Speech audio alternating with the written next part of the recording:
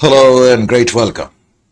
तो बेटा इस पर्टिकुलर सेशन में स्टार्ट करेंगे इंड एस 103 यानी कि IFRS 3 business combination in corporate restructuring. अहम चैप्टर है, फॉर्मिडेबल चैप्टर है, ये मुझे बताने की जरूरत नहीं है, लेकिन एट द सेम टाइम कोई मुश्किल चैप्टर नहीं है। लेकिन चैप्टर अहम है, इंपॉर्टेंट है, सिग्निफिकेंट है इस मायने में कि एग्जामिनेशन में आप एक्सपेक्ट कर सकते हैं इसमें से एक लॉन्ग क्वेश्चन, एक कॉन्सेप्ट बेस्ड क्वेश्चन, छोटा क्वेश्चन और इवन कुछ केस स्टडीज की भी चर्चा भी इस पर्टिकुलर चैप्टर में करेंगे।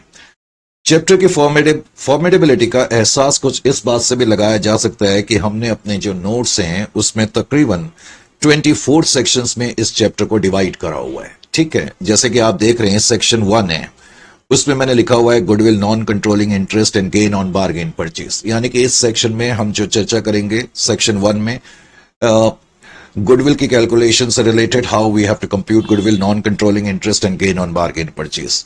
लाइक वाइज सेक्शन 2 का ताल्लुक आप देख रहे हैं कॉमन कंट्रोल, ये बड़ा इंपॉर्टेंट सेक्शन है और इसमें से लॉन्ग क्वेश्चंस आने के चांसेस हमेशा रहते हैं।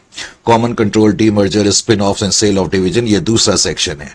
इसी तरह तीसरा जो सेक्शन है उसमें भी कॉमन कंट्रोल के क्वेश्चंस हमने रखे हुए हैं, लेकिन साथ में मैंने लिखा है सेल्फ अटेम्प्ट, यानी कि बेसिकली ये आपको खुद करने होंगे लेकिन फिर भी हम इनको कराएंगे। सेक्शन 4, 5 और 6 का जो ताल्लुक है वो बुक्स ऑफ एक्वायरी कंपनी से है। तो बुक्स ऑफ एक्वायरी कंपनी के बारे में एक्चुअली बहुत कम मटेरियल मार्केट में अवेलेबल है, लेकिन हमने उसकी चर्चा भी करी है। तो सेक्शन 4, 5, 6 का ताल्लुक books of acquiree and acquirer दोनों से है, हालांकि हमने इसमें बुक्स ऑफ एक्वायरी की भी भरपूर चर्चा करी है। फिर सेक्शन 7 जो है net payment method of purchase consideration से डील करता है। सेक्शन 8 का ताल्लुक इंटर कंपनी होल्डिंग से है, ये टॉपिक भी कम कवर होता है। फिर रिवर्स एक्विजिशन बहुत इंपॉर्टेंट और अहम टॉपिक है, यानी कि जो पहला टॉपिक है दूसरा टॉपिक है और उसके अलावा कॉमन कंट्रोल का जो टॉपिक है और सेक्शन 9 रिवर्स एक्विजिशन, ये बड़े इंपॉर्टेंट, अहम और सिग्निफिकेंट टॉपिक है। उसके अलावा जो सेक्शन 10 से लेकर के इवन 24 तक, इसमें जितने भी ये टॉपिक्स हैं इनका ताल्लुक actually basically concept based question से। कॉन्सेप्ट बेस्ड क्वेश्चन का मतलब जैसे identifying the acquiring enterprise, determination of acquisition date, इसमें छोटे छोटे क्वेश्चन तुमसे पूछे जा सकते हैं। Business combination achieved in stages, contingent consideration से रिलेटेड, ये इंपॉर्टेंट टॉपिक है, इससे रिलेटेड कॉन्सेप्ट बेस्ड क्वेश्चन पूछा जा सकता है। कंटिजेंट लायबिलिटी से पूछा जा सकता है।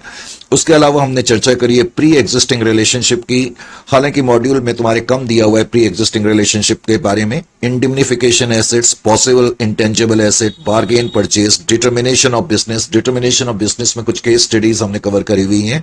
और उसके अलावा डेफर्ड कंसिडरेशन, डेफर्ड कंसिडरेशन से related deferred consideration, contingent consideration और कंटिजेंट लायबिलिटी, ये जो 3 पार्ट है इनसे कॉन्सेप्ट बेस्ड क्वेश्चन पूछे जाने के पूरे चांसेस हमेशा होते हैं। उसके अलावा फिर आगे है एक्विजिशन रिलेटेड कॉस्ट, उसका क्या ट्रीटमेंट होगा, और फाइनली डिस्क्लोजर। इफेक्टिवली आप कह सकते हैं 23 टॉपिक्स हैं। 24 टॉपिक का ताल्लुक जो है वो बेसिकली डिस्क्लोजर से है।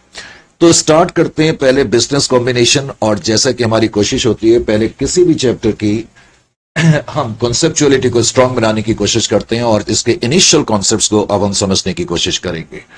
तो थोड़ा सा आपको मेरे साथ लिखना पड़ेगा, ये मैंने अपने लिए पहले स्पेस थोड़ी क्रिएट कर ली। ठीक है, अब जो है समझने की कोशिश करते हैं business combination and corporate restructuring end S 103 basically क्या है, इसमें हमें क्या करना होगा, और इसके कुछ ऐसे बारीक पॉइंट्स होते हैं। कई बार ऐसा होता है हम पूरा चैप्टर कर लेते हैं, और कई बार मैंने आप लोगों से ये कहा भी है पूरा चैप्टर करने के बाद भी कुछ चीजें ऐसी होती हैं जिसका हमें उस वक्त ख्याल नहीं रहता, और बाद में जब हम प्रैक्टिकल एरिना में, प्रैक्टिकल लाइफ में आते हैं, बड़ी बड़ी कंपनीज में इंटरव्यू वगैरह देने जाते हैं, कुछ ऐसे क्वेश्चन हमसे पूछ लिए जाते हैं और उस समय हमें लगता है कि ये हमने तब क्यों नहीं पढ़ा था, या अगर पढ़ा था तो हमने उतना ध्यान क्यों नहीं दिया था। तो इन तमाम चीजों को मद्देनजर रखते हुए अब मैं इस चैप्टर का स्टार्ट या आवाज कर रहा हूं। तो सबसे पहले इंड एस 103 बिजनेस कॉम्बिनेशन में कुछ इंपॉर्टेंट पॉइंट्स की चर्चा मैंने पहले करी। कुछ इंपॉर्टेंट पॉइंट्स की चर्चा में पहला पॉइंट मेरा क्या है, यहां ध्यान देने की कोशिश करें। ये कुछ ऐसी चीजें हैं जो कई बार हम लोग इग्नोर करते हैं, मैं बार बार कह रहा हूं, और कोशिश करें कि अपने पेन और पेंसिल निकाल लें और इसको लिखने की कोशिश करें। तुम्हें मालूम है कि मुझे कुछ चीज समझानी होती है तो मैं हमेशा एक लाइन स्ट्रेच करता हूं, और यहां पर भी मैंने एक लाइन स्ट्रेच करी, करेक्ट। तो सबसे पहले इस लाइन को स्ट्रेच करने के बाद मैंने आपसे क्या कहा कि मान लेते हैं E1 नाम की कोई एंटिटी है। E1 नाम की कोई एंटिटी है और दूसरी तरफ हम मान लेते हैं कि E2 नाम की कोई एंटिटी है, E2, करेक्ट। हम मान लेते हैं कि E1 लिमिटेड ने E2 लिमिटेड में कुछ इन्वेस्टमेंट करी है। इन्वेस्टमेंट करने का मतलब है कि E1 नाम की जो एंटिटी है उसने E2 एंटिटी के कुछ शेयर्स खरीदे हुए हैं, कुछ डिवेंचर्स वगैरह खरीदे हुए हैं, कुछ बॉन्ड्स वगैरह खरीदे हैं, तो इसका मतलब है हमने उसमें कुछ इन्वेस्टमेंट करी हुई है। मान लेते हैं कि जो E1 लिमिटेड नाम की कंपनी है उसने E1 लिमिटेड में, हम मान लेते हैं कि जो इन्वेस्टमेंट करी हुई है वो इन्वेस्टमेंट जो है 1 से लेकर के 19% के बीच में है। 1 से लेकर 19% के बीच का मतलब क्या है? मान लेते हैं E1 लिमिटेड ने E2 लिमिटेड के जितने भी शेयर कैपिटल है उसके 18% शेयर खरीदे हैं, या 17% शेयर खरीदे हैं, या 16% शेयर खरीदे हैं। तो E1 लिमिटेड ने E2 लिमिटेड में कुछ इन्वेस्टमेंट करी हुई है, और जो इन्वेस्टमेंट करी हुई है that is in between 1 to 19%, correct, 1 से लेकर 19% के बीच में है। तो पहले तो कुछ चीजें आपको समझ में आनी चाहिए कि इस केस में जो E1 लिमिटेड नाम की कंपनी है इसको तो मैं बोलूंगा इन्वेस्टर कंपनी, और बार बार ये बातें बताते हुए अच्छा नहीं लगता। मोस्टली तुम लोगों को ये बातें पता भी हैं और होनी भी चाहिए। E1 इन्वेस्टी कंपनी है, और बताने की मुझे फिर से जरूरत नहीं है कि E2 लिमिटेड नाम की जो कंपनी है उसको हम बोलेंगे इन्वेस्टी कंपनी। इन्वेस्टी कंपनी का मतलब जिसमें कि हमने इन्वेस्टमेंट करा हुआ है। यहां तक किसी तरह की कोई प्रॉब्लम नहीं होनी चाहिए। अब दूसरी चीज आपको यह मालूम होनी चाहिए कि जब मैं किसी दूसरी कंपनी में इन्वेस्टमेंट करता हूं और मेरी इन्वेस्टमेंट 1 से लेकर 19% तक है, 1 से लेकर 19% तक है, तो सिंप्लिसिटी के लिए हम बोलेंगे कि ये जो इन्वेस्टमेंट हमने अब की बार करी हुई है ये हमारी नॉर्मल इन्वेस्टमेंट है, करेक्ट। इसको मैं सिंप्लिसिटी के लिए नॉर्मल इन्वेस्टमेंट बोल रहा हूं। नॉर्मल इन्वेस्टमेंट, ये नॉर्मल इन्वेस्टमेंट मानी जाती है। तो कोई कंपनी जब किसी दूसरी कंपनी में इन्वेस्टमेंट करती है और उसके स्टेक्स का जो हिस्सा है वो 1 से 19% के बीच में है, तो ये माना जाता है कि ये नॉर्मल इन्वेस्टमेंट है। These are considered as normal investment। ये बात मैंने क्यों कही? ये बात मैंने इसलिए कही कि मैं तुम्हें बताना ये चाहता हूं कि इन्वेस्टर अब की बार जब अकाउंटिंग करेगा, क्योंकि इन्वेस्टर ने अपनी इन्वेस्ट करा हुआ है E2 लिमिटेड में, तो इन्वेस्टर जो अकाउंटिंग करेगा अपनी इन्वेस्टमेंट की, अकाउंटिंग फॉर इन्वेस्टमेंट जो करी जाएगी, अकाउंटिंग फॉर इन्वेस्टमेंट, ये चीजें तुम्हें, ये बारीक चीजें, तुम इन चीजों को याद रखोगे अगर तुम अभी से ध्यान दोगे। कल जब तुम बड़ी बड़ी कंपनीज में इंटरव्यू वगैरह के लिए देने जाते हो तो इस तरह के कुछ सवाल तुमसे पूछ लिए जाते हैं। तो इस केस में जब इन्वेस्टर अपनी इन्वेस्टमेंट की अकाउंटिंग करेगा, अकाउंटिंग फॉर इन्वेस्टमेंट, वो किसके हिसाब से करेगा? कई बार आप लोग ये बिजनेस कॉम्बिनेशन इधर उधर से पढ़ चुके हैं, तो आपको ये बात मालूम होनी चाहिए। बताओ जरा कौन सी स्टैंडर्ड के हिसाब से करेगा? इंड AS 109 के हिसाब से करेगा। ये बात आपकी समझ में आनी चाहिए। ऐसे केस में जो अकाउंटिंग करी जाएगी फॉर इन्वेस्टमेंट की वो इंड AS 109 के हिसाब से करी जाएगी। और दूसरी चीज, ये जो अकाउंटिंग करी जाएगी, ये जो इन्वेस्टर की सेपरेट फाइनेंशियल स्टेटमेंट होंगी, ओनली मैंने वर्ड क्यों लिखा अभी मैं ये भी बताता हूं। Only in separate financial statement में ये अकाउंटिंग करी जाएगी, और अकाउंटिंग इंड AS 109 के हिसाब से करी जाएंगी। यानी कि इस केस में E1 नाम की जो एंटिटी है उसको कंसोलिडेटेड फाइनेंशियल स्टेटमेंट बनाने की जरूरत नहीं है। एक तो तुम्हें पहले ये पॉइंट मालूम होना चाहिए, ठीक है। इस पॉइंट के अलावा तुम्हें अगला पॉइंट इसमें क्या मालूम होना चाहिए? अगला पॉइंट समझने के लिए मैंने एक बार फिर से लाइन स्ट्रेच करी, यानी कि मुझे अब कुछ और कॉन्सेप्ट आपको बताना है। मैं बार बार आपसे एक रिक्वेस्ट कर रहा हूं, गुजारिश भी कर रहा हूं कि आप जो है साथ साथ लिख लें तो आपको बहुत फायदा होगा। मैंने माना कि अब की बार जो है ये E3 नाम की कोई एंटरप्राइज है, E3 नाम की एंटरप्राइज है सॉरी, और मैंने माना कि ये E4 नाम की कोई एंटरप्राइज है। Is it clear to you? अब की बार मैंने ये माना कि जो E3 नाम की कंपनी है उसने E4 में जो इन्वेस्टमेंट करी हुई है वो इन्वेस्टमेंट मोर देन 20% है, करेक्ट। 20% और मोर, मैं ऐसे लिख देता हूं, 20% और मोर है, 20% और मोर, बट लेस देन 50%, लेकिन 50% से कम है।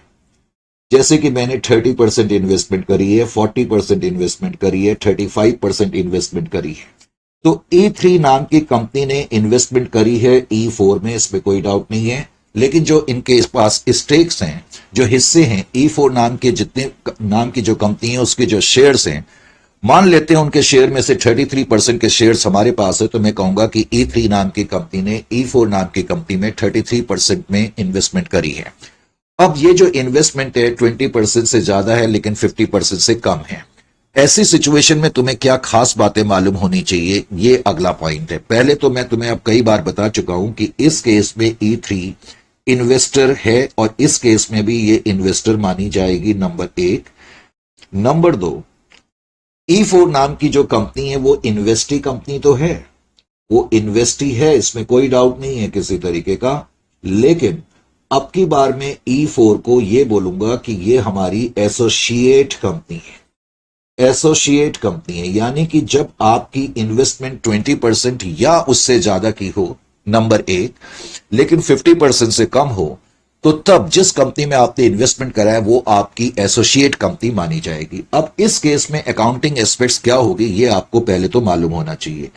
इस केस में जो इन्वेस्टर होगा, पहले तो आपको यह मालूम होना चाहिए कि इन्वेस्टर जो है दो तरह की फाइनेंशियल स्टेटमेंट बनाएगा। Investor will prepare two types of financial statement. Investor will prepare two types of financial statement. उसको दो तरह की फाइनेंशियल स्टेटमेंट बनानी पड़ेंगी। जब मैं दो तरह की कह रहा हूं तो बहुत से बच्चों को मेरे बिना बताए भी समझ में आ गया होगा कि कौन सी दो फाइनेंशियल स्टेटमेंट को मैं रेफर कर रहा हूं। एक तो मैं बोलूंगा, जस्ट वेट, थोड़ा सा ना मैं जरा पोजिशनिंग अपनी ठीक कर लूं। हाँ, तो दो तरह की फाइनेंशियल स्टेटमेंट बनाई जाएंगी।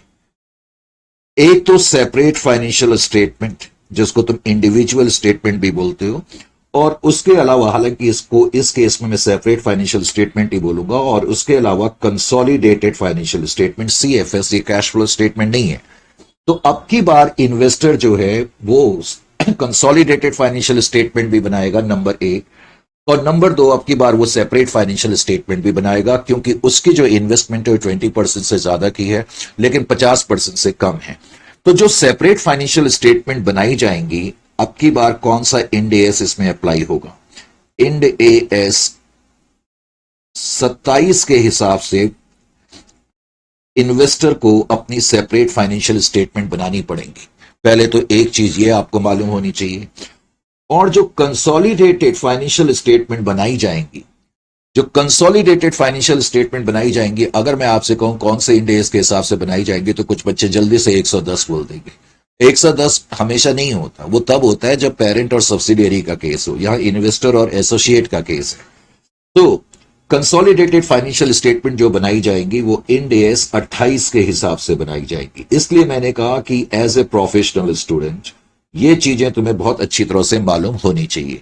यानी कि अगर आपकी इन्वेस्टमेंट 20% या उससे ज्यादा है लेकिन 50% से कम है, तो ऐसी केस में जिस कंपनी में आपने इन्वेस्टमेंट करा है वो आपकी एसोसिएट कंपनी मानी जाएगी, नंबर वन। ऐसी सिचुएशन में इन्वेस्टर को दो फाइनेंशियल स्टेटमेंट बनानी पड़ती है, जैसा कि आपने देखा, SFS और CFS। SFS 27 के हिसाब से बनेगी और जो CFS बनेगी वो 28 के हिसाब से बनेगी। ये चीजें आपको मालूम होनी चाहिए। तीसरा पॉइंट, अब जो तीसरा पॉइंट मैंने आपके सामने डिस्कस करा ये ज्यादा इंपॉर्टेंट है कुछ मायने में। अब तीसरे पॉइंट में मैंने आपको क्या बताने की कोशिश करी? पहले पॉइंट में मैंने बताया इन्वेस्टमेंट 1 से 19% के बीच में, दूसरे में बताया 20 या 20% से ज्यादा है लेकिन 50% से कम है। अब तीसरी सिचुएशन में मैंने आपको यह बताने की कोशिश करी, मान लेते हैं कि E5 लिमिटेड नाम की कोई कंपनी है, E5 लिमिटेड नाम की कंपनी है। अब की बार इस कंपनी ने किसी दूसरी कंपनी में इन्वेस्टमेंट करा। मान लेते हैं जिस कंपनी में इन्वेस्टमेंट करा उसका नाम E6 है। और अब की बार हम ये मान लेते हैं कि इनकी जो इन्वेस्टमेंट है E5 ने जो इन्वेस्टमेंट करी हुई है E6 में, E5 ने इन्वेस्टमेंट करी तो है E6 में, लेकिन ये जो इन्वेस्टमेंट्स करी हुई है मान लेते हैं कि मोर देन 50% है, मोर देन 50% है। मैंने कोई अपर लिमिट नहीं लिखी, इसका मतलब मोर देन 50% है और मैक्सिमम जो हो सकती है वो 100% तक हो सकती है। तो E6 नाम की जो कंपनी है उसके 50% से ज्यादा के शेयर्स हमारे पास हैं।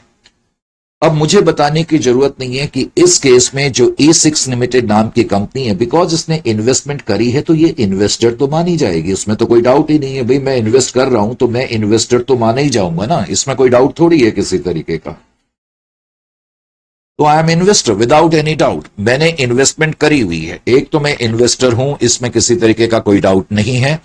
दूसरी चीज जो तुम्हें समझ में आनी चाहिए वो ये कि अब की बार बिकॉज मेरे पास मोर देन 50% स्टेक्स हैं E6 के, तो हम अकाउंटिंग लैंग्वेज में इसको कहते हैं कि अब की बार E6 नाम की जो कंपनी है उसका कंट्रोल हमारे पास है। क्या है? उसका कंट्रोल हमारे पास आ गया। जब किसी दूसरी कंपनी के 50% से ज्यादा के स्टेक्स आपके पास होंगे तो उस कंपनी को कंट्रोल करने की ताकत आपके पास है, नियंत्रण करने की ताकत आपके पास है। इनडायरेक्टली इसका मतलब है E6 नाम की जो कंपनी है एक तरीके से वो आपके इशारों पर काम करेगी, आपकी पॉलिसीज के तहत काम करेगी, आपके इंस्ट्रक्शन के तहत काम करेगी। कुल मिला के एक तरीके से ये आप ही की कंपनी मानी जाएगी। हालांकि इसका यह मतलब नहीं है कि यह कंपनी की कोई अपना अलग सेपरेट एग्जिस्टेंस नहीं है, लेकिन ओनली थिंग इज दैट ये कंपनी जो है आपके इशारों पर चलेगी।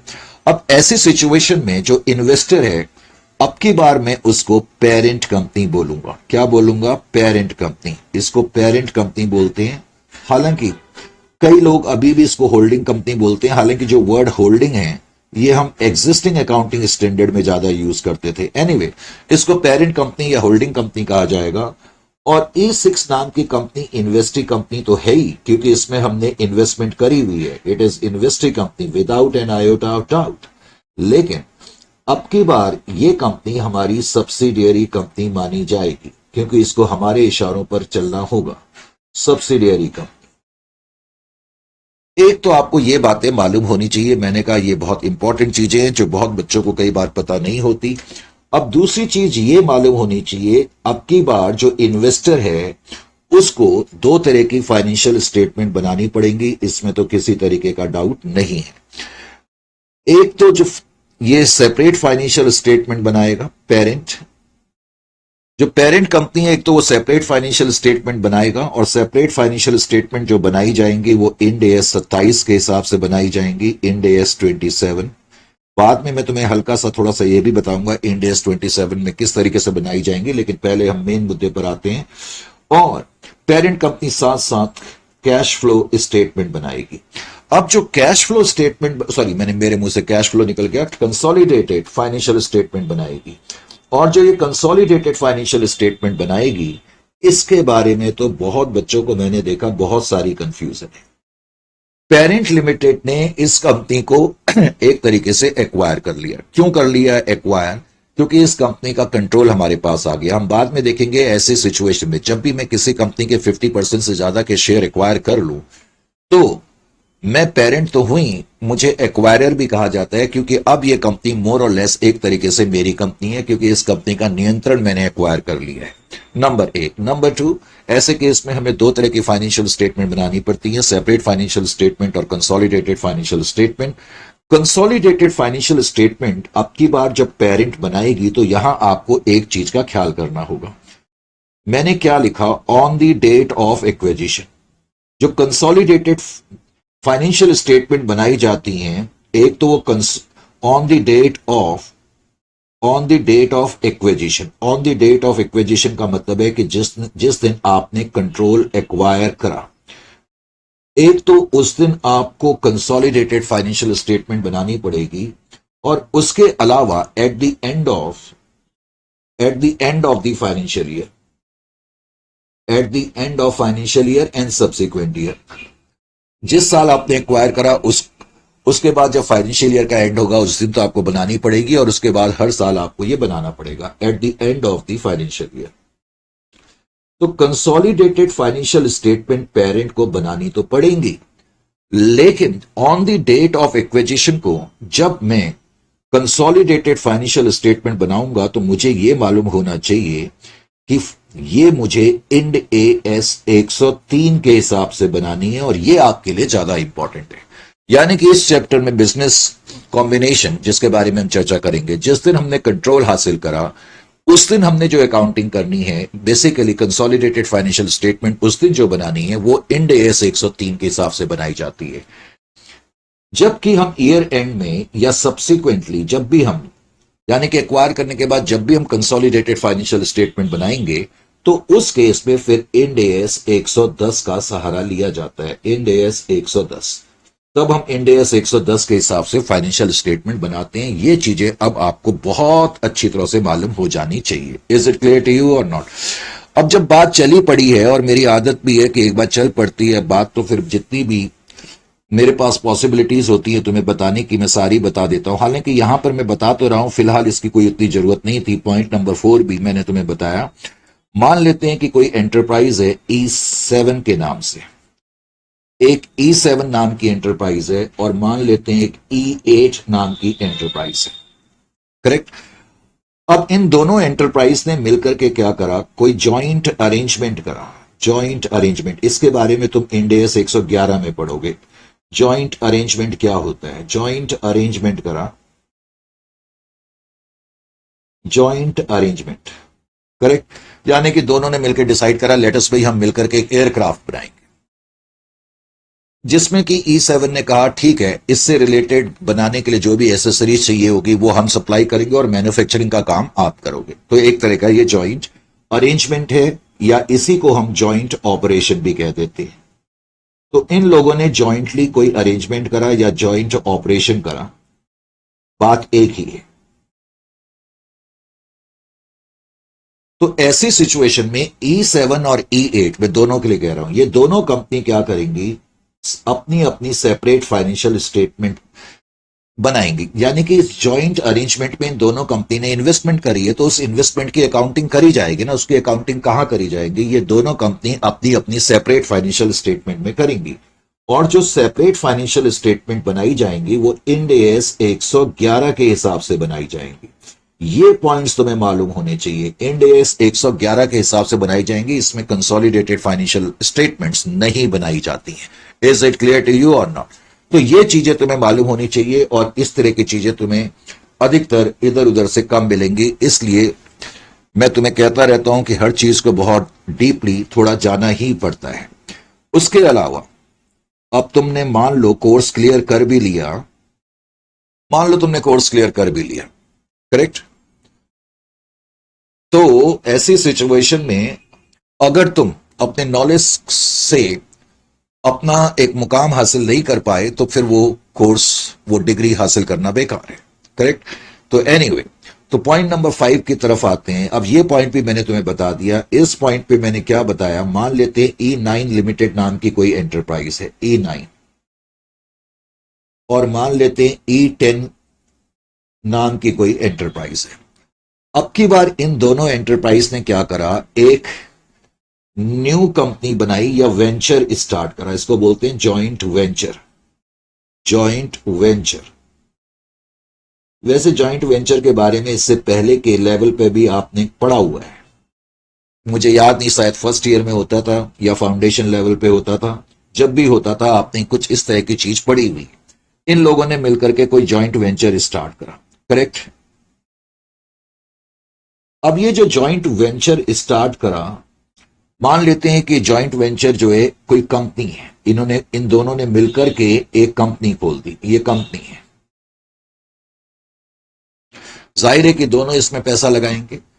इस केस में ध्यान ये रखना कि ये दोनों कंपनी E9 और E10 एक तो अपनी सेपरेट फाइनेंशियल स्टेटमेंट बनाएंगी, दोनों कंपनी अपनी अपनी सेपरेट फाइनेंशियल स्टेटमेंट बनाएंगी, और जो सेपरेट फाइनेंशियल स्टेटमेंट बनाई जाएंगी वो इंड एएस 27 के हिसाब से बनाई जाएंगी। नंबर 1, इस केस में भी कंसोलिडेटेड फाइनेंशियल स्टेटमेंट बनाई जाती है, और consolidated financial statement Ind AS 28 के हिसाब से बनाई जाएंगी।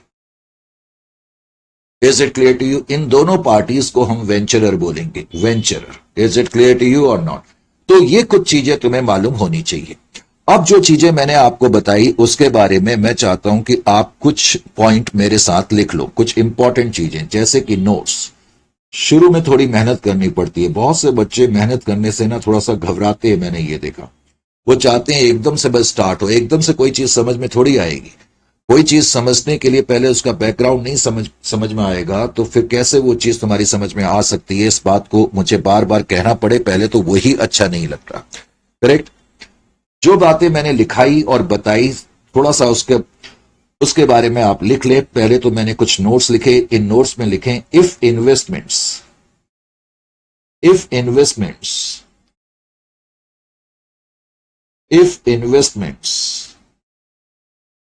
आर मोर देन 50%,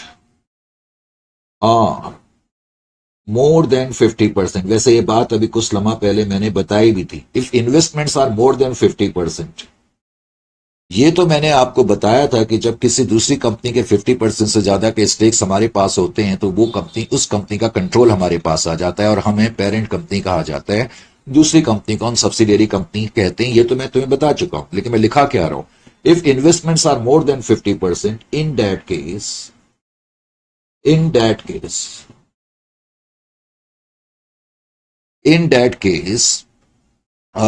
जो मैं लिखाना चाह रहा था, इन्वेस्टर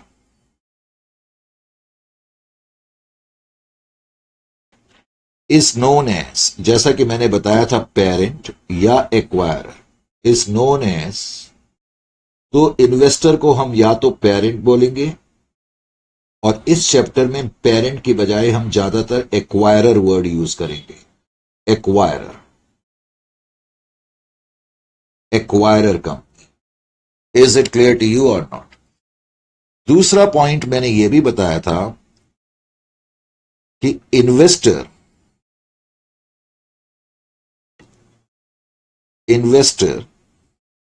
कॉमा इट्स सब्सिडियरी, अगर कोई इन्वेस्टर है और उसकी कोई सब्सिडियरी कंपनी है, पहले तो आपको एक बात यह भी समझ में आनी चाहिए कि कोई कंपनी इन्वेस्टर की सब्सिडियरी कंपनी कब हो सकती है, जब इन्वेस्टर के उस कंपनी में स्टेक्स 50% से ज्यादा के हों। इन्वेस्टर इट्स सब्सिडियरी और एसोसिएट, और कोई कंपनी हमारी एसोसिएट कंपनी कब हो सकती है, जब हमारे स्टेक्स उस कंपनी में 20% से ज्यादा के हों लेकिन 50% से कम हो। और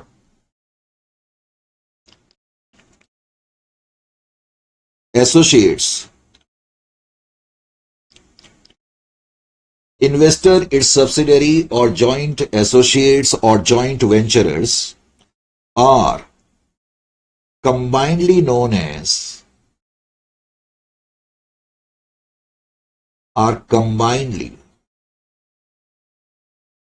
as ग्रुप। तब उनको हम मिला करके ग्रुप कहते हैं। मान लो एक पेरेंट है, उसने दूसरी पेरेंट है और उसकी सब्सिडियरी कंपनी है, तो उनको मिला करके हम ग्रुप बोलेंगे, या कोई इन्वेस्टर है उसका कोई एसोसिएट है तो उनको मिला करके हम ग्रुप बोलेंगे, इज नोन एज ग्रुप। ये बात सभी को मालूम है, लेकिन फिर भी इसमें मैंने कोई खास नई चीज नहीं बताई। अब मैंने जो बताई, accounting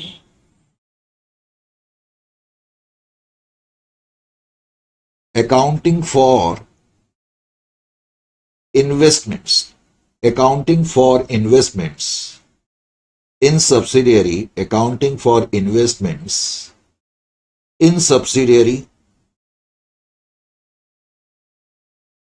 associate,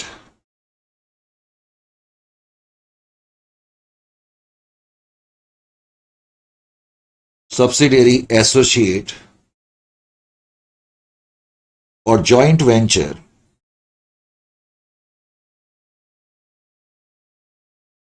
accounting for investment in subsidiary, associate और joint venture shall be done, अगर मेरी कोई सब्सिडियरी कंपनी है या कोई एसोसिएट कंपनी है या मेरा कोई जॉइंट वेंचरर है, तो उस केस में मैं जो अकाउंटिंग करूंगा इन्वेस्टमेंट की, shall be done in SFS, separate financial statement में मैं करूंगा एज पर इंड AS 27, और इंड AS 27 के हिसाब से करूंगा। ये बात भी आपकी समझ में आनी चाहिए। मैं पेरेंट हूं, मेरी कोई सब्सिडियरी है, मैं पेरेंट हूं, मेरा कोई एसोसिएट है, और या मैंने इन्वेस्टमेंट किसी जॉइंट वेंचर में करी हुई है एज ए इन्वेस्टर, तो उस केस में मैं सेपरेट फाइनेंशियल स्टेटमेंट मुझे बनानी ही होगी, और जो मैं सेपरेट फाइनेंशियल स्टेटमेंट बनाऊंगा इंड AS 27 के हिसाब से मैं अकाउंटिंग करूंगा। अकाउंटिंग किस चीज की? जो मैंने इन्वेस्टमेंट करी हुई है। अब आपको एक बात छोटी सी यहां समझ में आनी चाहिए कि जो इंड एस 27 है, हालांकि ये चीज तो जब हम इंड एस 27 करेंगे तब ज्यादा डिटेल में पढ़ेंगे, लेकिन वैसे मैं बता दूं जब मैं इंड एस 27 की बात कर रहा हूं तो और बार बार ये कह रहा हूं कि हम अकाउंटिंग करेंगे इन्वेस्टमेंट की, तो इसका क्या मतलब है?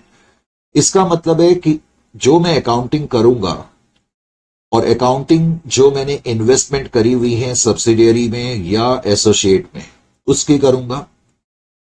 तो इंड एस 27 क्या कहता है कि आपने जो इन्वेस्टमेंट्स करी हुई हैं चाहे सब्सिडियरी में, चाहे एसोसिएट में, चाहे जॉइंट वेंचर में, तो उसको आप रिकॉर्ड करेंगे या तो एट कॉस्ट पर या फिर और as per Ind AS, as per Ind AS 109 के हिसाब से करेंगे। एज पर इंड एस 109 का क्या मतलब है? इंड एस 109 वैसे फाइनेंशियल इंस्ट्रूमेंट से डील करता है जो कि तुम बाद में पढ़ोगे, लेकिन फॉर द टाइम बिंग तुम्हें इतना मालूम होना चाहिए कि इंड एस, वैसे ही ये इंड एस है तो बात ये फेयर वैल्यू की करेगा, तो इंड एस 109 ये कहता है कि तुम फेयर वैल्यू के हिसाब से करोगे। सिंपल वर्ड्स में इन्वेस्टमेंट को कॉस्ट या फेयर वैल्यू किसी एक पर रिकॉर्ड करोगे। और एक और पॉइंट इंड एस, और एक और पॉइंट यहां इंपॉर्टेंट है, जब मैं एएस 27 में अकाउंटिंग कर रहा हूं अपनी इन्वेस्टमेंट की, मैंने किसी दूसरी कंपनी में, चाहे वो सब्सिडियरी है, चाहे एसोसिएट है, चाहे वो जॉइंट वेंचर है, उसमें इन्वेस्टमेंट करी है, तो एक तो जो मैंने इन्वेस्टमेंट करी है उसको मैं कॉस्ट पर या इंड एस 109 के हिसाब से रिकॉर्ड कर सकता हूं। और दूसरा, जब मैंने इन्वेस्टमेंट करी है तो उससे मेरे को कुछ डिविडेंड मिल सकता है, इंटरेस्ट मिलेगा, तो उसका क्या करूंगा? तो एएस 27, इंड एस 27 ये कहता है, बल्कि इंड एस 109 ये कहता है कि जो भी डिविडेंड वगैरह हमें मिलेगा, एनी डिविडेंड, कोई भी डिविडेंड मिलेगा, तो उसको हम अपने प्रॉफिट एंड लॉस अकाउंट में क्रेडिट करेंगे। Any dividend, any dividend, any dividend और interest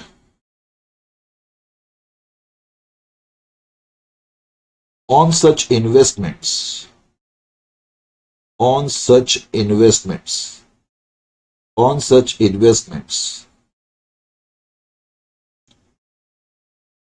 shall be, or should be rather, should be credited to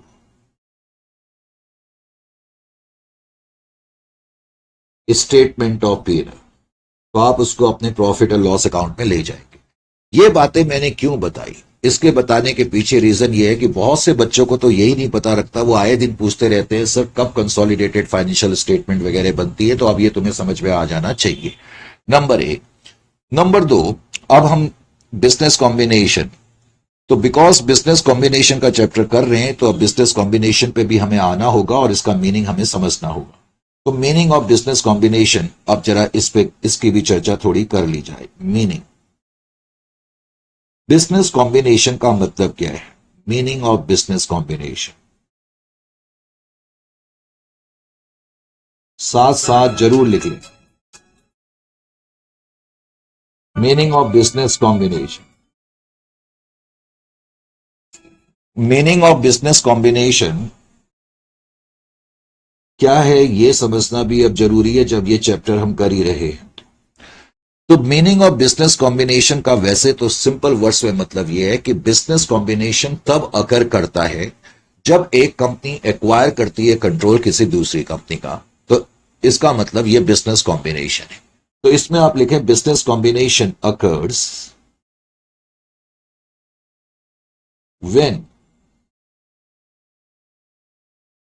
when a company when a company when a company acquires control over business of other entity, business of other entity, कोई दूसरी entity है, जब उस entity के business का control मेरे पास आ जाता है तो तब मैं कहूंगा कि यह बिजनेस कॉम्बिनेशन हुआ है।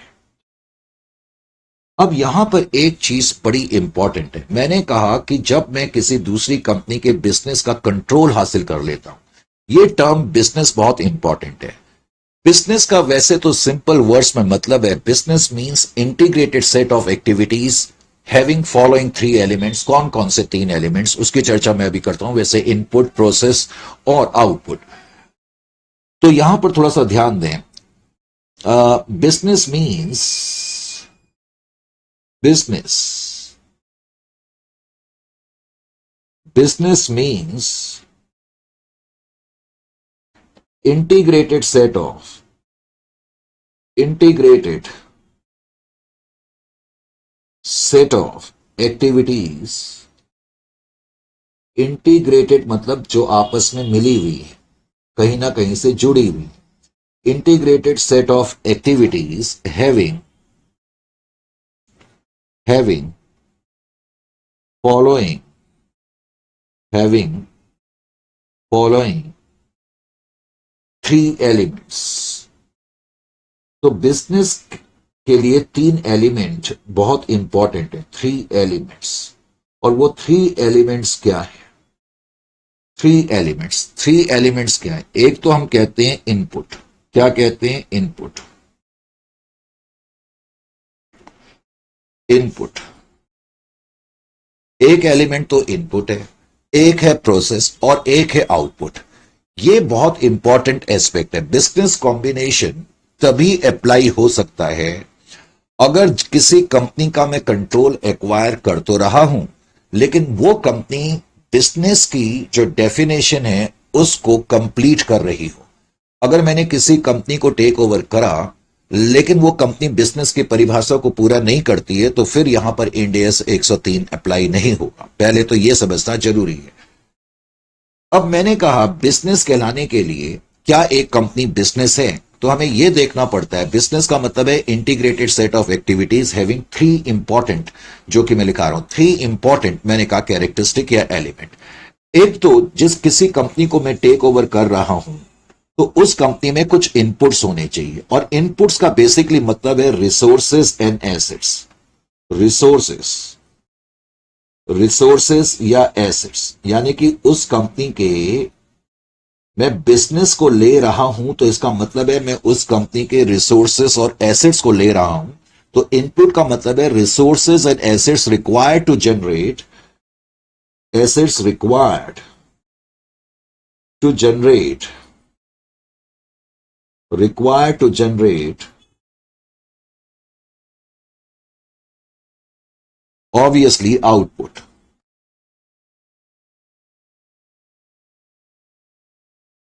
जैसे कि एग्जाम्पल, मैंने कहा मैं आपकी कंपनी को टेक ओवर कर रहा हूं। इसका मतलब मैं आपकी कंपनी के रिसोर्सेज या एसेट, चाहे वो प्रॉपर्टी प्लांट एंड इक्विपमेंट हैं, उनको मैं ले रहा हूं, चाहे वो इंटेंजिबल एसेट्स हैं मैं उनको टेक ओवर कर रहा हूं, या मैं आपकी मैन पावर को टेक ओवर कर रहा हूं। हम किसी दूसरी कंपनी का कंट्रोल एक्वायर कर रहे हैं।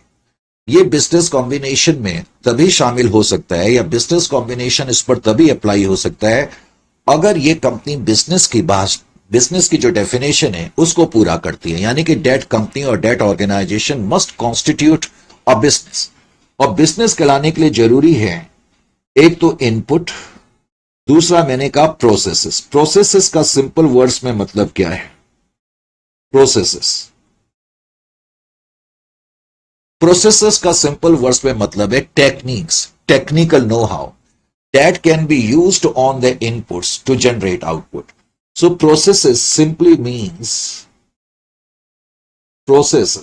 techniques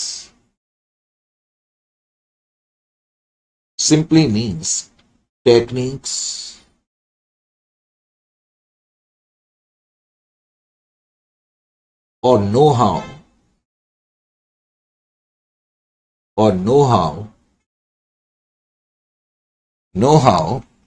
uh, that can be used that can be used that can be used on assets to generate output। to generate output.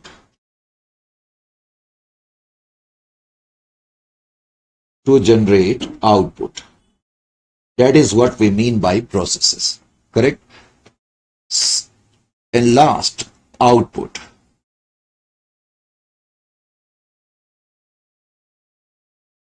Output. It means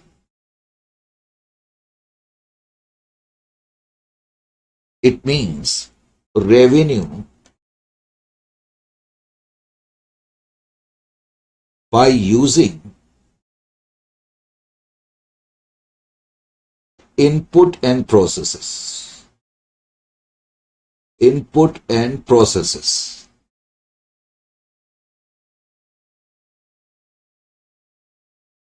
simple words में इंड एस 103 ये कहता है कि आप किसी कंपनी को टेक ओवर कर रहे हैं, उसका कंट्रोल हासिल कर रहे हैं, तो आप एक्वायरर और वो एक्वायरी कंपनी है, लेकिन इंड एस 103 तभी प्ले में आएगा अगर वो कंपनी बिजनेस कॉन्स्टिट्यूट करती है। बिजनेस कॉन्स्टिट्यूट करने का मतलब है कि आप उस कंपनी के एसेट्स को टेक ओवर कर रहे हैं, उनकी तकनीक को टेक ओवर कर रहे हैं। एसेट्स और तकनीक को कंबाइन करके, इंटीग्रेट करके हम इस पोजीशन में होंगे कि हम कुछ रेवेन्यू जनरेट कर सकें, तब वो बिजनेस माना जाता है। Is it clear to you और not?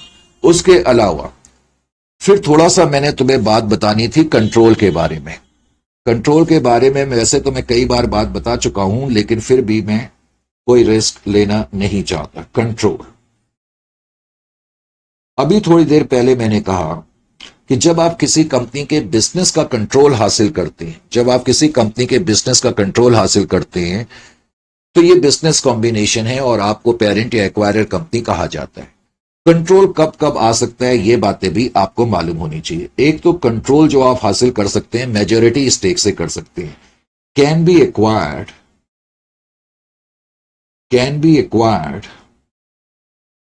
Control can be acquired by acquiring majority stakes. Majority stakes का क्या मतलब होता है? मोर than 50% stakes. Majority stakes that is more than 50% stakes।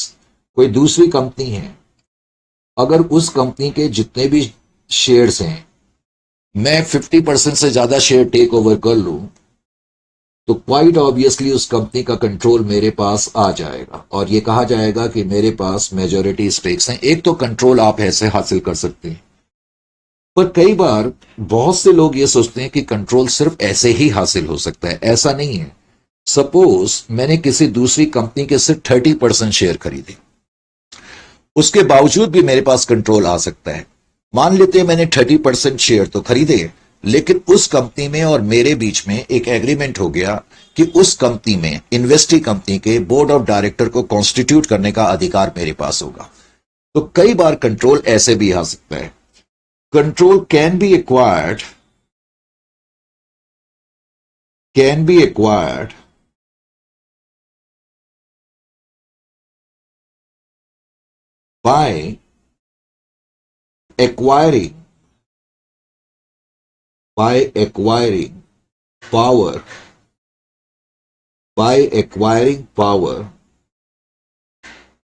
by acquiring power to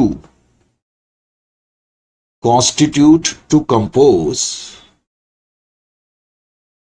compose or constitute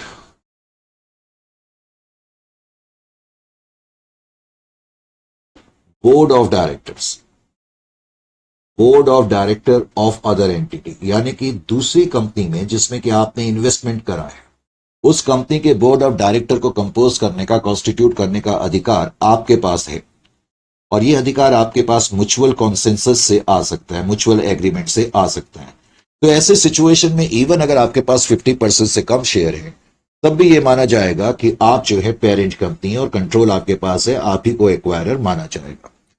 B, और कभी कभी ऐसे भी हमारे पास कंट्रोल आ सकता है,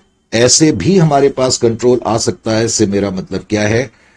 मान लेते हैं किसी दूसरी कंपनी के मेरे पास सिर्फ 5% शेयर्स हैं, तो मेरे पास मेजॉरिटी स्टेक्स तो नहीं है, लेकिन एक एग्रीमेंट हो गया दूसरी एंटिटी में और हमारे बीच में। एग्रीमेंट क्या होगा कि आपकी जितनी भी रेलिवेंट एक्टिविटीज होंगी उनको हम डायरेक्ट करेंगे। तो अगर किसी दूसरी कंपनी की रेलिवेंट एक्टिविटी का मतलब ऐसी एक्टिविटी जिसपे कि रेवेन्यू जनरेशन निर्भर करता है दूसरी एंटिटी का, तो दूसरी एंटिटी की रेलिवेंट एक्टिविटीज को डायरेक्ट करने का अधिकार अगर हमारे पास है तो तब भी यह माना जाएगा कंट्रोल हमारे पास है। By acquiring power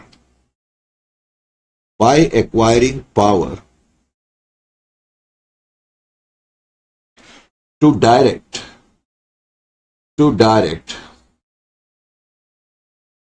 all relevant activities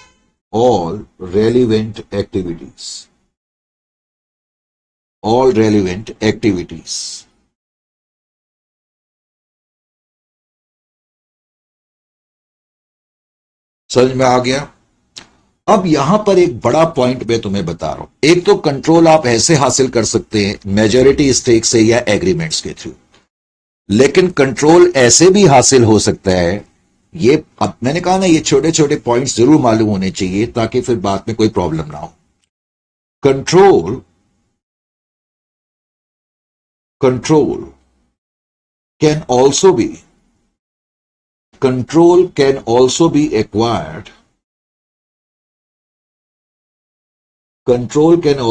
acquired by acquiring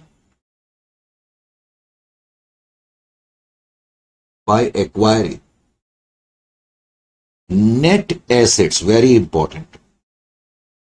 By acquiring net assets. एक तो आप कंट्रोल किसी दूसरी कंपनी में कैसे हासिल कर सकते हैं, जैसा कि मैंने बताया भाई, दूसरी कंपनी के 50% से ज्यादा शेयर आपने ले लिए तो वो कंपनी आपके इशारों पर चलेगी, करेक्ट। आपके पास कंट्रोल आ गया। कंट्रोल ऐसे भी आ सकता है, control can also be acquired by acquiring net assets of acquiree company. अगर मैं किसी दूसरी कंपनी के एक सारे एसेट और लायबिलिटी ले लूं, टेक ओवर कर लूं, तो जाहिर है कि उस कंपनी का कंट्रोल तो मेरे पास आ ही गया। एक तो ये इंपॉर्टेंट पॉइंट है। और इस केस में क्या होगा, जो दूसरी कंपनी है उसका अस्तित्व खत्म हो जाएगा। जो दूसरी कंपनी है उसका अस्तित्व क्यों खत्म हो जाएगा? भाई आपकी कंपनी है, आपके सारे एसेट्स और लायबिलिटी मैंने ले लिए। जब सारे एसेट्स और लायबिलिटी मैंने ले लिए तो इसका इनडायरेक्टली मतलब है कि आपकी कंपनी तो खत्म हो गई ना। तो net assets of acquiree company, in this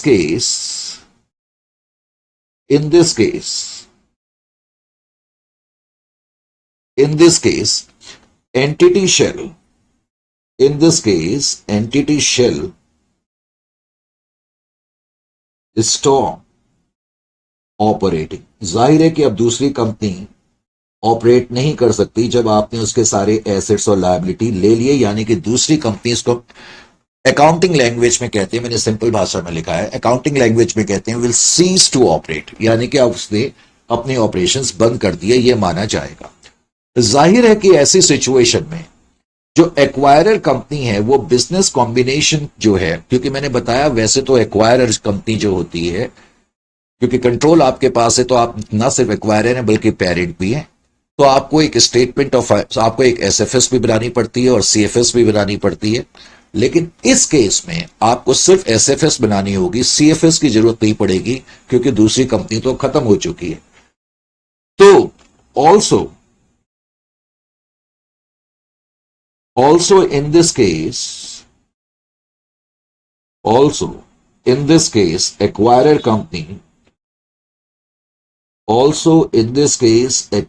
company will, तो एक्वायरर कंपनी जो अकाउंट करेगी, acquirer company will account business combination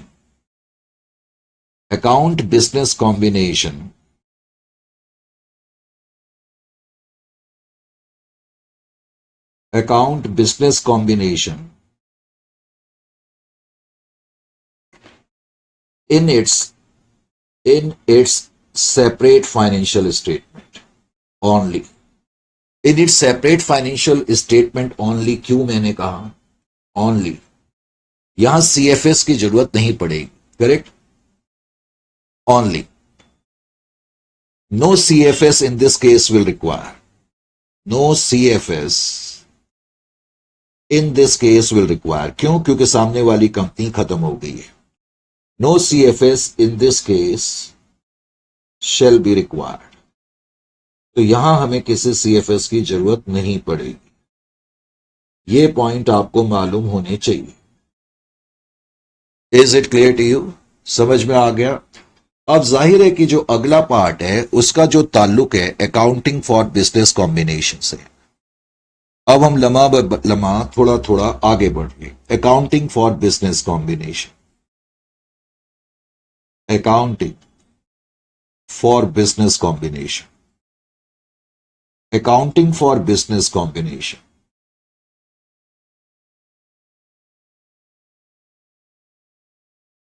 accounting for business combination. अब आप थोड़ी देर के लिए यह मान लो कि आप कोई एंटिटी है और आपने किसी दूसरी कंपनी के 50% से ज्यादा के शेयर्स एक्वायर करे. तो टेक्निकली आप इन्वेस्टर भी हैं, आप पेरेंट भी हैं और आप एक्वायरर भी हैं, लेकिन इंपॉर्टेंटली सामने वाली कंपनी आपकी सब्सिडियरी कंपनी है. तो जाहिर है अब आपको अकाउंटिंग करनी पड़ेगी. अकाउंटिंग करने के लिए आपको क्या करना पड़ेगा? अकाउंटिंग करने के लिए सबसे पहले तो हमें यह देखना पड़ेगा कि जो इंड एस 103 है वो क्या गाइडलाइंस देता है. तो इंड एस 103 सबसे पहले तो यह कहता है कि जो अकाउंटिंग के लिए हमें सबसे अहम चीज जो मालूम होनी चाहिए वो होनी चाहिए date of acquisition. Date of acquisition सबसे इंपॉर्टेंट और फोरमोस्ट स्टेप है, क्योंकि उस दिन मुझे इंड एस 103 के हिसाब से अकाउंटिंग करनी है, जो कि मैंने कुछ लम्हा पहले भी बताया था. तो end S 103 Ind AS 103 provides accounting guidelines.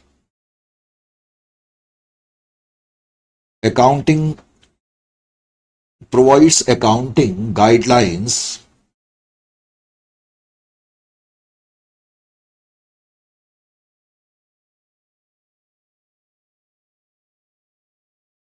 for business combination. For business combination. अब ये बार बार वर्ड बिजनेस कॉम्बिनेशन आएगा तो मैं आगे से BC लिख दूंगा. Business combination on the date of acquisition, जिसको कि on the date of control भी कहते हैं. On the date of acquisition यानी कि जिस दिन आपने कंट्रोल हासिल करा उसको हम डेट ऑफ एक्विजिशन बोलेंगे. तो उस दिन अकाउंटिंग करी जाती है इंड एस 103 के हिसाब से. Date of acquisition DOA. एक तो ये मालूम होनी चाहिए. अब इसमें क्या स्टेप्स की जरूरत पड़ती है फिर हमें यह मालूम होना चाहिए. अब जो इंड एस 103 है उसके मुताबिक कुछ इंपॉर्टेंट स्टेप्स होते हैं. उन स्टेप्स के मुताबिक हमें अकाउंटिंग करनी पड़ती है. जो सबसे पहला स्टेप है वो है आइडेंटिफाइंग द एक्वायरर. अब मुझे यह तो मालूम चल गया कि मैंने इस तारीख को आप में कंट्रोल हासिल करा. अब मैंने आप में कंट्रोल हासिल करा तो लॉजिकली एक्वायरर कौन है? मैं ही हूं. और फिर भी मैंने कहा पहला स्टेप यह कहता है ए या step number 1 identifying the acquirer.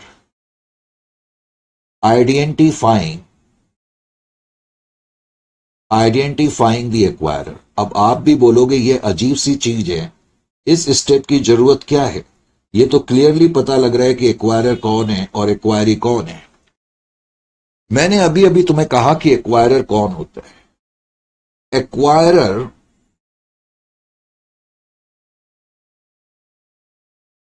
Acquirer is the company जिसके पास कंट्रोल आता है. Acquirer is the company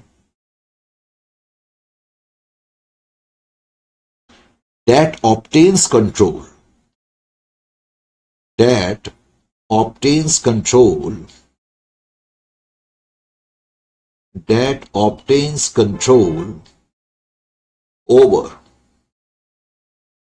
over the business of the acquirer. Over the business of the acquirer. Of the acquiree.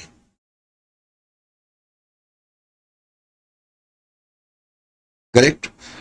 एक तो ये चीज आपको मालूम होनी चाहिए, एक्वायरर वो कंपनी होती है जिसने की एक्वायरी के बिजनेस पे कंट्रोल हासिल कर लिया, तो निश्चित रूप से वो एक्वायरर है। इसमें इतना बड़ा पॉइंट क्या है, फिर हमें इस स्टेप की जरूरत क्यों पड़ती है, समझने की कोशिश करें। मान लेते हैं कि एक कंपनी है ए, और इस कंपनी ने कंपनी बी को एक्वायर करा, या कंपनी बी में कुछ इन्वेस्टमेंट करी, कंपनी ए ने कंपनी बी में इन्वेस्टमेंट करी है। तो लीगल एंगल से देखा जाए तो कंपनी ए एक्वायरर कंपनी, जस्ट वेट एक मिनट, लीगल एंगल से देखा जाए तो कंपनी ए जो है वो लीगल एक्वायरर मानी जाएगी।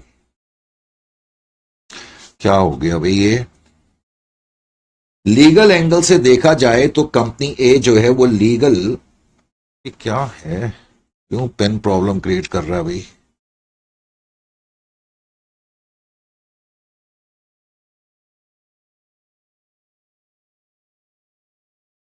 चलो, लीगल एक्वायरर, कंपनी ए जो है वो लीगल एक्वायरर है, क्योंकि कंपनी ए ने इन्वेस्टमेंट करी है। जैसा कि मैंने कहा, मान के चल रहे हैं कि ए ने बी लिमिटेड में इन्वेस्टमेंट करी है, और मान लेते हैं कि 70% इन्वेस्टमेंट करी है, तो मेजोरिटी स्टेक्स हमारे पास हैं, इसमें किसी तरह का डाउट नहीं है।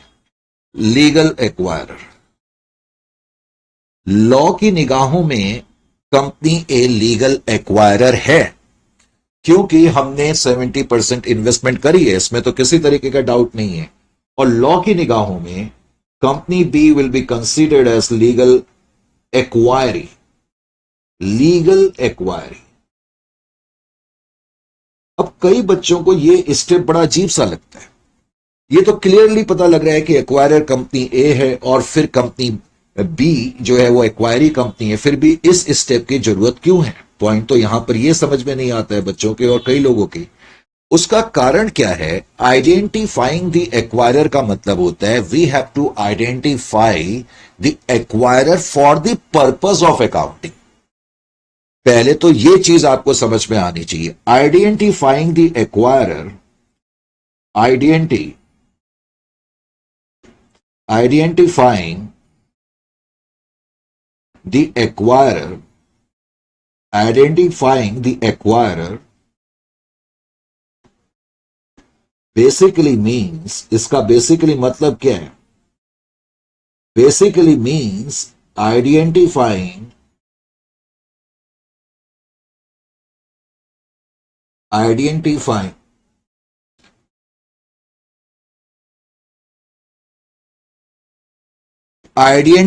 the accounting acquirer. Actually there is a slight difference between legal acquirer and accounting acquirer, इसलिए मैंने आपको ये पॉइंट लिखा है, accounting acquirer।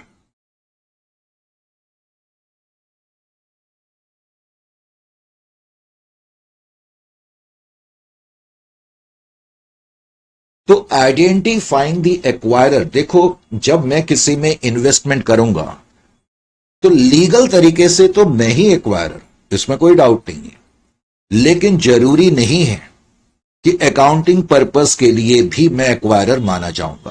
पहले तो नंबर एक, अकाउंटिंग एक्वायरर लीगल एक्वायरर से अलग हो सकता है। ऐसा हो सकता है कि मैंने 70% इन्वेस्टमेंट कंपनी बी में करी, लेकिन अकाउंटिंग पर्पस के लिए एक्वायरर कंपनी बी को माना जाए, ऐसी पॉसिबिलिटी हो सकती है। जब ऐसी पॉसिबिलिटी होती है तो उसको बोलते हैं रिवर्स एक्विजिशन। तुमने देखा मैंने उसका एक सेक्शन अलग रखा हुआ है जिसमें कि हम जिसमें कि हम कई क्वेश्चंस रिवर्स एक्विजिशन के करेंगे। तो identifying the acquirer basically means identifying the accounting acquirer, क्योंकि ऐसा हो सकता है कि लीगल एक्वायरर अकाउंटिंग पर्पस के लिए एक्वायरर ना हो। हालांकि मैं तुम्हें क्लियर कर दूं, 99.99% लीगल एक्वायरर ही अकाउंटिंग एक्वायरर होगा, 99.99%। लेकिन रेयरेस्ट ऑफ रेयर सर्कमस्टेंसेस में ऐसी पॉसिबिलिटी हो सकती है कि जो लीगल एक्वायरर है वो अकाउंटिंग एक्वायरर ना हो। करेक्ट। ये जो पॉइंट मैंने तुम्हें बताया इसको तुम थोड़ा सा लिख ही लो ताकि कंफ्यूजन किसी तरह की ना आए। ऑल्दो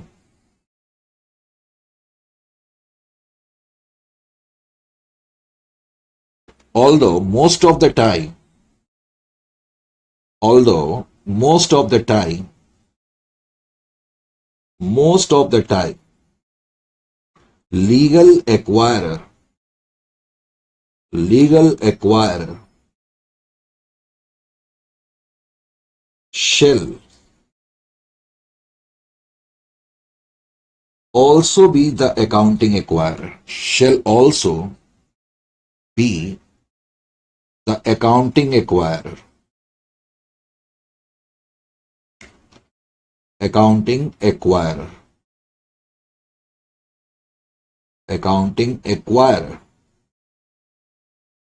Yet, जैसा कि मैं बता रहा था, yet sometimes, तो समटाइम्स ऐसा हो सकता है, समटाइम ऐसा हो सकता है कि अकाउंटिंग एक्वायरर जो है वो अलग हो या लीगल एक्वायरर अकाउंटिंग एक्वायरर ना हो. Sometimes, yet sometimes it may happen, it may happen that, it may happen that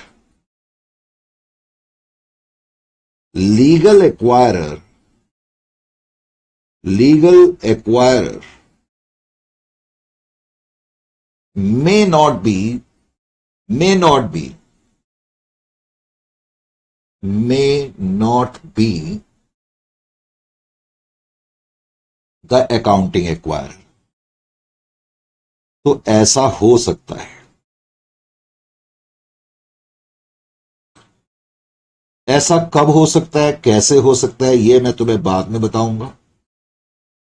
अभी मान लो इसी क्वेश्चन में ए ने 70% इन्वेस्टमेंट करी कंपनी बी में, लेकिन दोनों में एक एग्रीमेंट हो गया कि सारी रेलिवेंट एक्टिविटीज का जो कंट्रोल होगा वो बी के पास ही होगा, तो B will be considered as accounting acquirer. So such a scenario is known as, such a situation, यानी कि जब लीगल एक्वायरर अकाउंटिंग एक्वायरर नहीं होता, तो such a situation is known as reverse acquisition. तो इसको हम रिवर्स एक्वेजिशन कहते हैं, रिवर्स एक्वेजिशन. इसलिए इंडेस 103 ने यह कहा है कि आपको यह पहचान करनी होगी कि अकाउंटिंग एक्वायरर कौन है. आइडेंटिफाइंग द एक्वायरर का बेसिकली मतलब है कि अकाउंटिंग पर्पस के लिए किसको एक्वायरर माना जाए. हालांकि मैंने कहा ये सिर्फ और सिर्फ इसका यूज कॉन्सेप्ट बेस्ड क्वेश्चन में होगा. लॉन्ग क्वेश्चंस में तुम्हें लीगल एक्वायरर ही अकाउंटिंग एक्वायरर नजर आएगा, इसलिए तुम्हें वहां कोई प्रॉब्लम नहीं आएगी. अगला स्टेप है डिटरमाइनिंग द डेट ऑफ. ये स्टेप नंबर कौन सा था, मैं ही भूल गया. चलो जो भी स्टेप था, सी, determining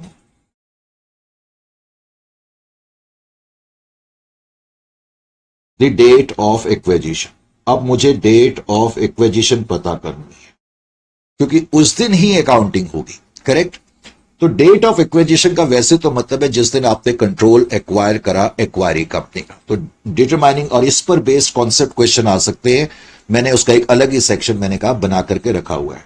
determining the date of acquisition simply means date on which acquirer, on which acquirer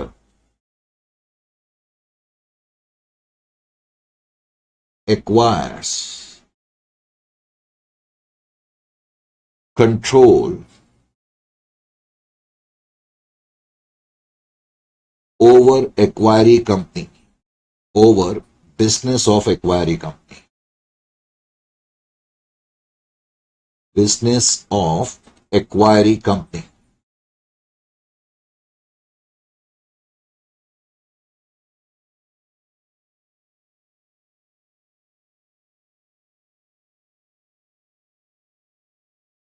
अब इसमें एक छोटा सा अपवाद है. सपोज मैंने किसी कंपनी में आज 70% इन्वेस्टमेंट करी आज के दिन, तो लॉजिकली आज के दिन को ही डेट ऑफ एक्विजिशन मानना चाहिए.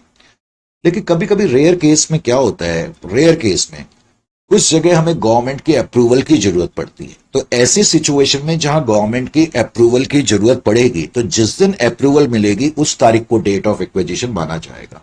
ये पॉइंट भी आप लिख लें। But if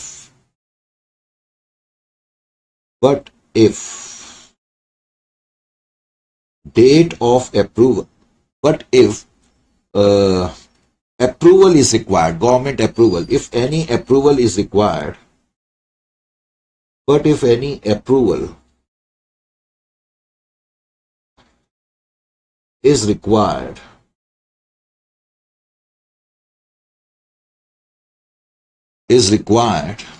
from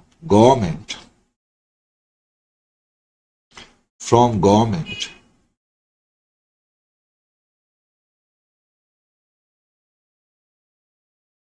then date of approval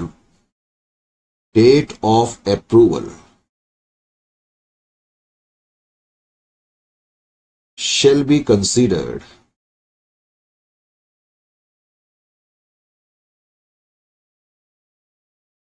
date of acquisition, shall be considered date of acquisition। तो फिर मैं इसको date of acquisition मानूंगा। Is it clear to you or not? Next step,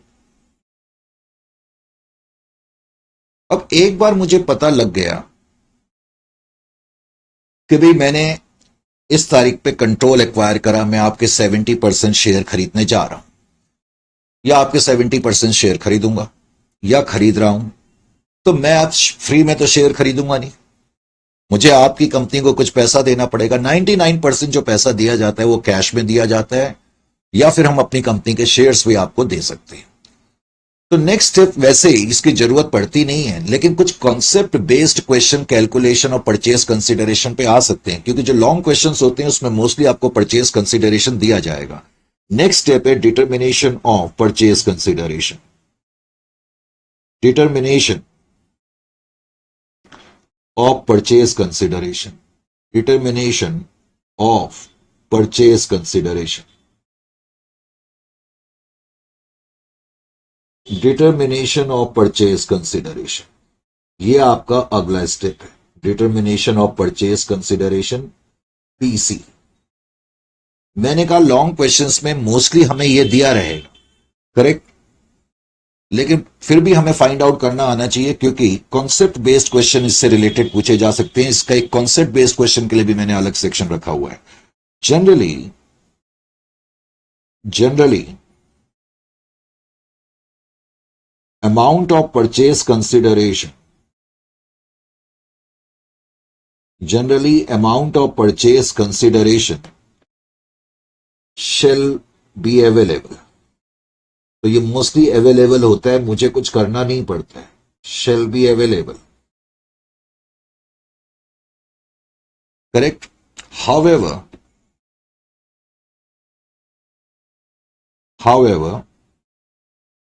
comma it can be computed। अब इसको हम compute कर सकते हैं कैसे? इट कैन बी कंप्यूटेड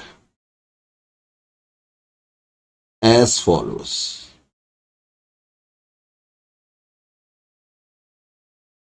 तो परचेज कंसिडरेशन कंप्यूट करने के लिए मैं ये देखूंगा मैंने सामने वाली कंपनी को कितना कैश दिया है, या मैंने जो एसेट्स दिए हैं उनकी फेयर वैल्यू कितनी है। FV, fair value of asset, of any asset given. अगर मैंने कुछ एसेट दिया है तो उसकी फेयर वैल्यू कितनी है, या फिर फेयर वैल्यू मैंने कोई इक्विटी, शेयर कैपिटल या डिवेंचर्स दिए हैं तो उनकी फेयर वैल्यू देखी जाएगी। फेयर वैल्यू ऑफ इक्विटी या डिवेंचर्स,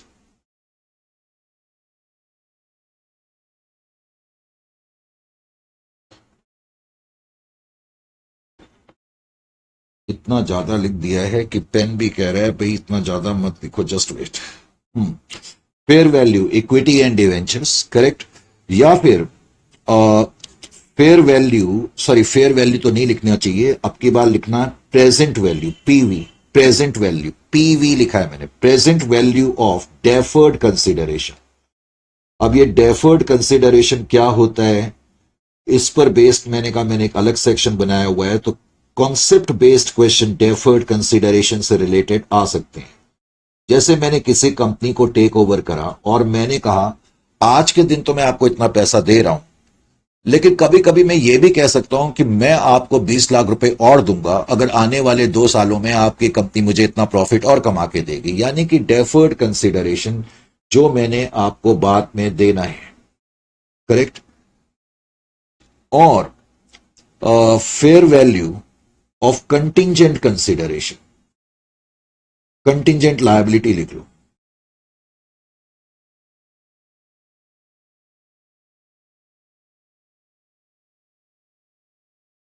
तो इन सब का टोटल मैं कर दूंगा।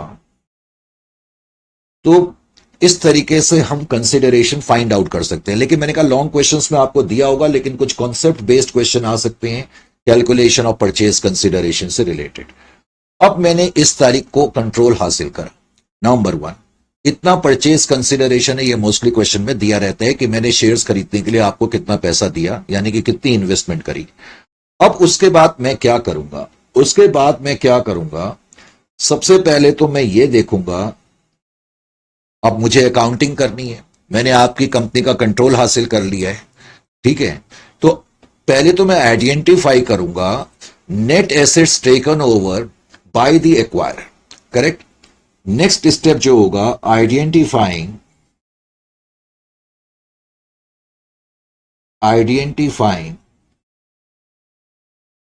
The net assets.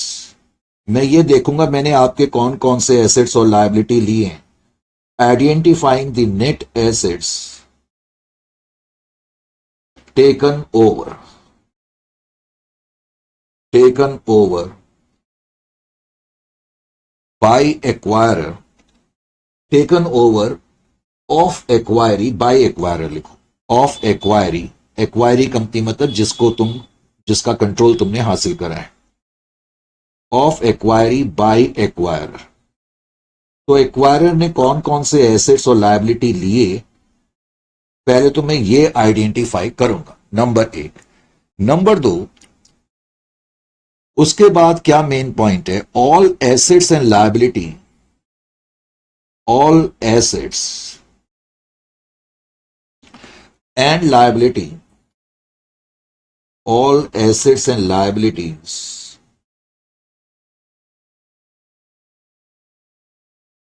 of the acquiring company, of the acquiring company, of the acquiring company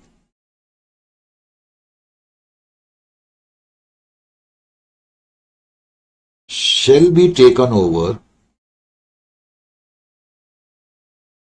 shall be taken over at fair value। ये इंपॉर्टेंट पॉइंट है।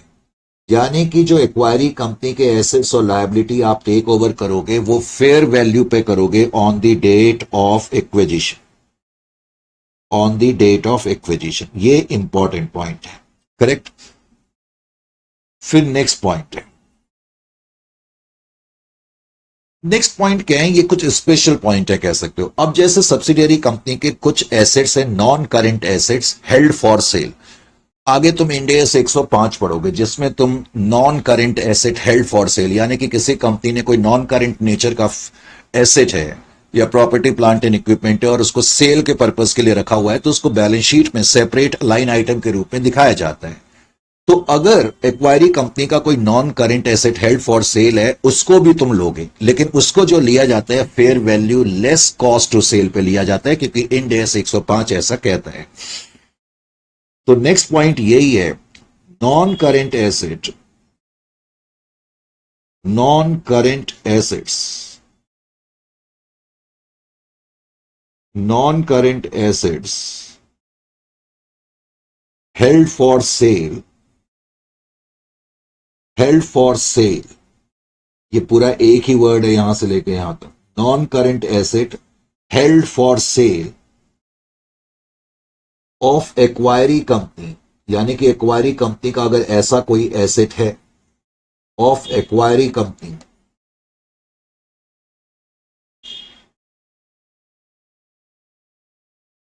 shall be taken over, उसको भी आप लेंगे shall be taken over, shall be taken over, लेकिन उसको जो लिया जाएगा shall be taken over at, shall be taken over at fair value less cost to sale, क्योंकि इंड एस 105 कहता है कि जो non current asset held for sale होते हैं उनको इस पर मेजर किया जाना चाहिए, fair value less cost to sale, less cost of disposal लिख लो अगर सेल नहीं लिखना चाहते तो, यानी कि जो ये एसेट है मैंने डिस्पोजल के लिए रखे हुए तो इनको बेचने का कुछ खर्चा होगा, तो जो भी fair value less cost to sale है उस पर मैं इसको रिकॉग्नाइज करूंगा, कहने का मतलब बेसिकली ये है। Is it clear to you और नॉट? ये कुछ ऐसे पॉइंट्स हैं, यानी कि जब हम एक्वायरी कंपनी के एसेट और लायबिलिटी लेंगे तो ये पॉइंट थोड़ा प्रॉब्लमेटिक होते हैं, तो इसके बारे में तुम्हें मालूम होना चाहिए। पॉइंट ये है, इसी तरीके से अगर एक्वायरी कंपनी के कुछ इंटेंजिबल एसेट्स हैं, एक्वायरी कंपनी के कुछ इंटेंजिबल एसेट हैं और वो रिकग्नाइजेशन क्राइटेरिया को मीट करते हैं इंड एस 38 के हिसाब से, लेकिन एक्वायरी कंपनी ने उनको रिकॉर्ड करके नहीं रखा हुआ है, मान लेते किसी कारण से उन्हें रिकॉर्ड करके नहीं रखा हुआ है, तो फिर भी हम फिर भी उनको टेक ओवर करेंगे और रिकॉग्नाइज करेंगे at fair value on the date of acquisition को। Intangible assets,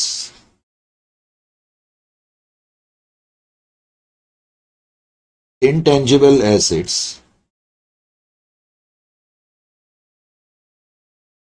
that that meet recognition, that meet recognition, sorry, criteria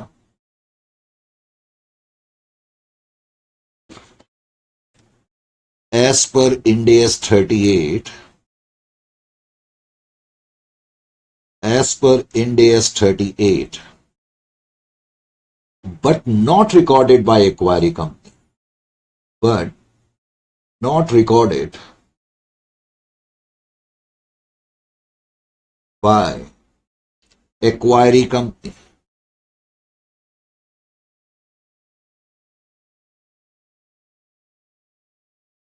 not recorded by acquiry company,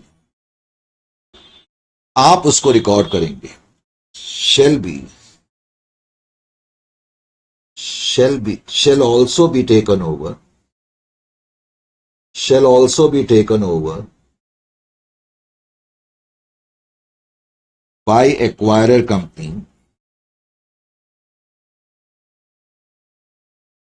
by acquirer company, and shall be recognized, shall be recognized at, shall be recognized at fair value on the date of acquisition, on the date of acquisition, तो fair value पे आप इसको recognise करेंगे। Is it clear to you और not? उसके अलावा अब जैसे इसका कोई एग्जाम्पल, क्योंकि होता क्या है, जैसे internally generated goodwill, internally generated goodwill, तो हो सकता है एक्वायरी कंपनी ने इंटरनली जनरेटेड गुडविल को रिकॉग्नाइज ना करके रखा हो, इसलिए कि शायद वो इंड एस को फॉलो ना कर रही हो। Internally generated internally generated customer relationship लिख लो, पहले तो गुडविल मैंने बोला था, जनरेटेड गुडविल,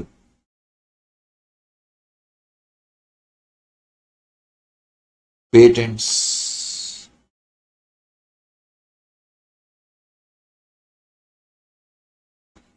कस्टमर रिलेशनशिप,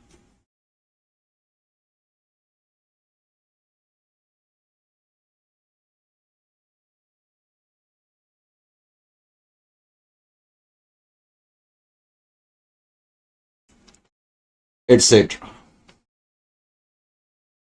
उसके अलावा कितने पॉइंट हो गए? उसके अलावा नेक्स्ट पॉइंट आप लिखें, होता क्या है प्रैक्टिकल लाइफ में, मैं किसी कंपनी को टेक ओवर कर रहा हूं, अगर उस कंपनी की कोई कंटिजेंट लायबिलिटी है तो लॉजिकली मैं उसको टेक ओवर नहीं करूंगा। लेकिन इंड एस 103 कहता है कि अगर सामने वाली कंपनी की कोई कंटिजेंट लायबिलिटी है, एक्वायरी कंपनी की कोई कंटिजेंट लायबिलिटी है, तो तुम उसको टेक ओवर करोगे, चाहे probability of outflow of funds हो या ना हो, तुमने उसको टेक ओवर करना है, रिकग्नाइज करना है, और रिकग्नाइज करोगे फेयर वैल्यू पे। Contingent liability,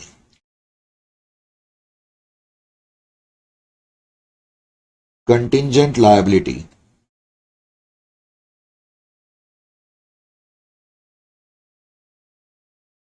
of acquiry,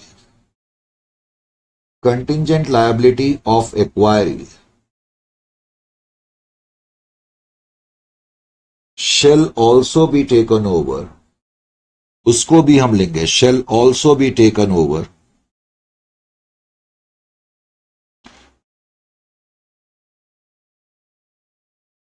and recognize, और हम रिकग्नाइज करेंगे फेयर वैल्यू पे,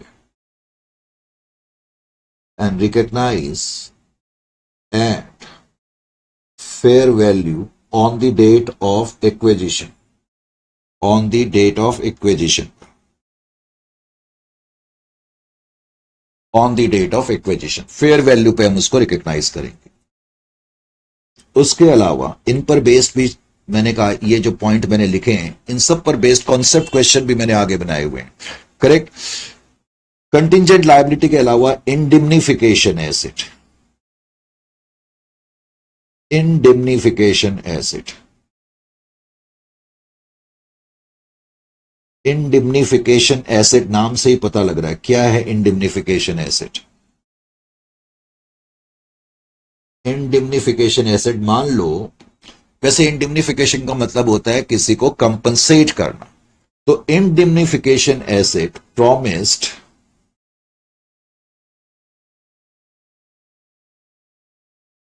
बाय एक्वायरी कंपनी, इसका क्या मतलब है मैं अभी बताता हूं, by acquiree company,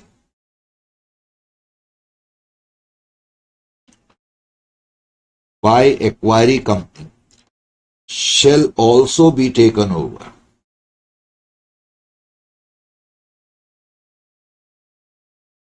shall also be taken over, shall also be taken over, correct, shall also be taken over. However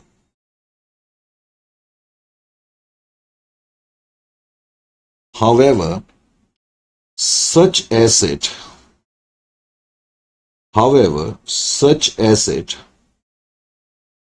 cannot be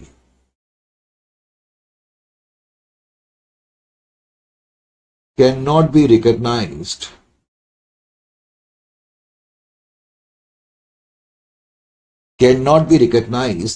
at a value in excess of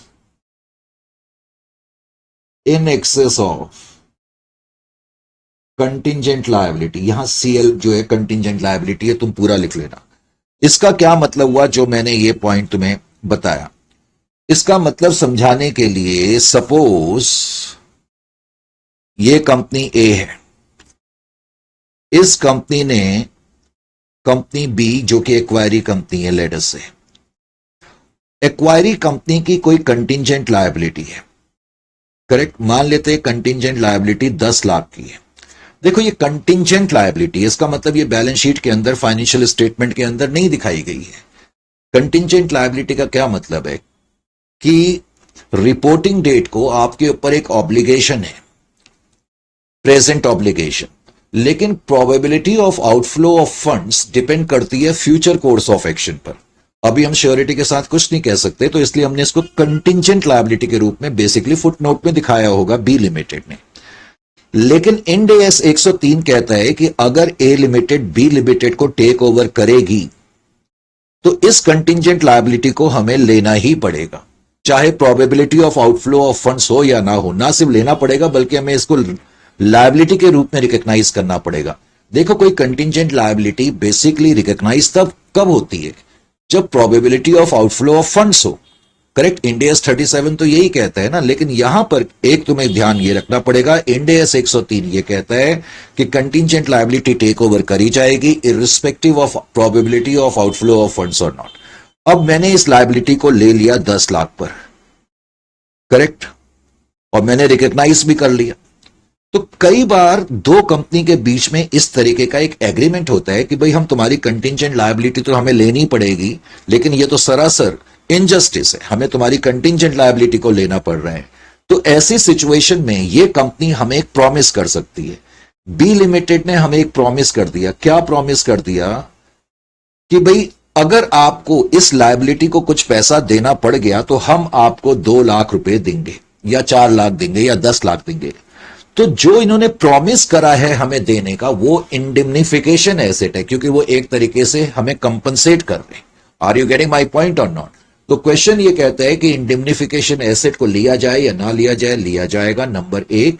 number 2, लेकिन इंडिम्निफिकेशन asset को कभी भी कंटिंजेंट लायबिलिटी के amount से ज्यादा पर नहीं दिखाया जा सकता। सपोज इसी क्वेश्चन में 10 के बजाय अगर बी लिमिटेड प्रॉमिस कर दे हम तुम्हें 15 लाख देंगे, तो मैं ज्यादा से ज्यादा 10 लाख तक दिखा सकता हूं। Is it clear to you और नॉट? उसके बाद फिर लास्ट पॉइंट है, हमने बहुत लिखा और वो लिखना कई बार जरूरी होता है। अगर ये नहीं लिख तुमने देखा, ये सिर्फ तुम्हारे लिए आज के काम के आइटम नहीं है। पूरा चैप्टर तुम्हारे को इतना इजी इसमें बाद में पड़ेगा कि तुम भी क्या याद रखोगे। तो के लिमिटेड नाम की कंपनी, सॉरी के लिमिटेड नाम की कंपनी, ये पॉइंट यह है वो उसका ताल्लुक री एक्वायर्ड राइट से है, जैसे लाइसेंस है, जैसे फ्रेंचाइजी राइट्स है। करेक्ट। कई बार क्या होता है, जैसे मैंने किसी दूसरी कंपनी को अपना फ्रेंचाइजी बना दिया, तो इसका मतलब मैंने फ्रेंचाइजी राइट उसको दिया हुआ है, और बाद में मैं उसी कंपनी को टेक ओवर कर रहा हूं। तो इस दो चीज हो रही है। एक तो वो कंपनी अब मेरी हो गई, या उस कंट्री या उस कंपनी का जो है कंट्रोल मेरे पास आ गया, और जो मेरा राइट मैंने पहले ट्रांसफर करा था वो री एक्वायर हो गया। Isn't it or not? तो री acquired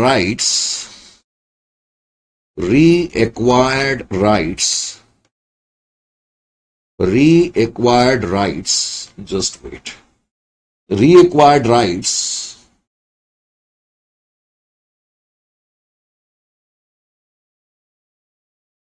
like licenses, franchise rights,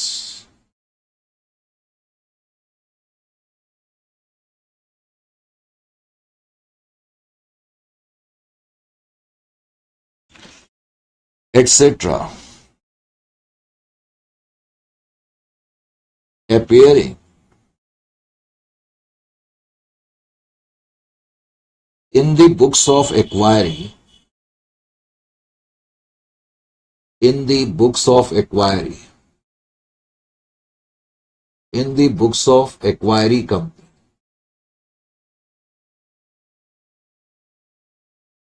in the books of acquiry company, comma, shall also be taken over,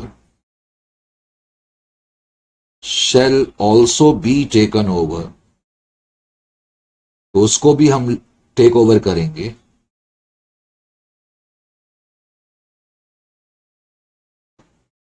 eight fair value on the date of acquisition.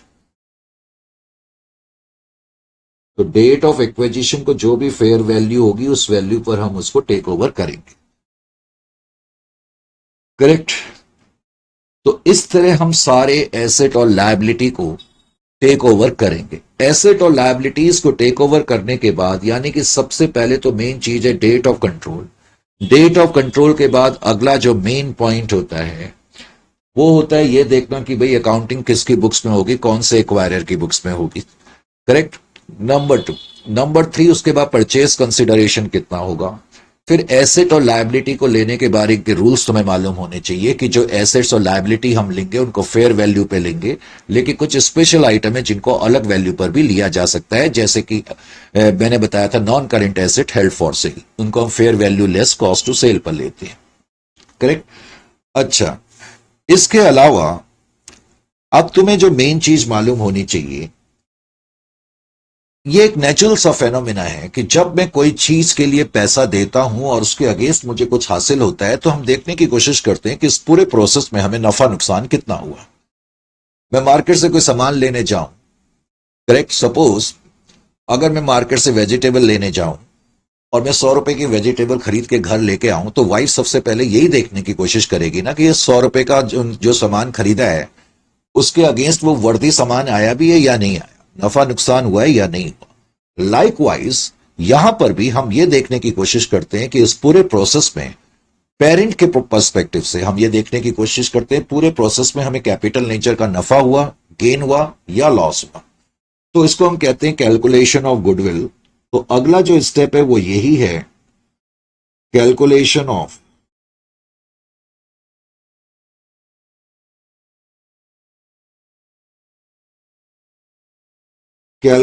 Of goodwill और goodwill और gain on bargain purchase, gain on bargain purchase, gain on bargain purchase, ये अगला step है। और ये step कोई मुश्किल नहीं है। ये देखने के लिए तुम्हें क्या करना पड़ेगा, गुडविल कंप्यूट करने के लिए बहुत ही सिंपल सा तरीका है। तुम ये देखोगे on the date of acquisition के दिन जो acquiree company on the date of acquisition के दिन उनके जो नेट एसेट्स हैं उनकी कितनी फेयर वैल्यू है। तो सबसे पहले तो तुम क्या लिखोगे इसके अंदर, fair value of net assets. Net assets को इक्विटी भी कहा जाता है। Fair value of net assets of acquiree company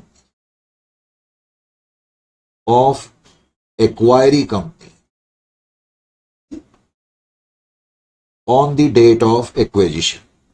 तो on the date of acquisition के दिन, जिस दिन हमने कंट्रोल हासिल करा, उस दिन एक्वायरी कंपनी के जो नेट एसेट्स थे उनकी जो फेयर वैल्यू थी वो कितनी है, हम ये देखेंगे। उसके बाद फिर मैं इसमें से लेस करूंगा। क्या लेस करूंगा? लेस।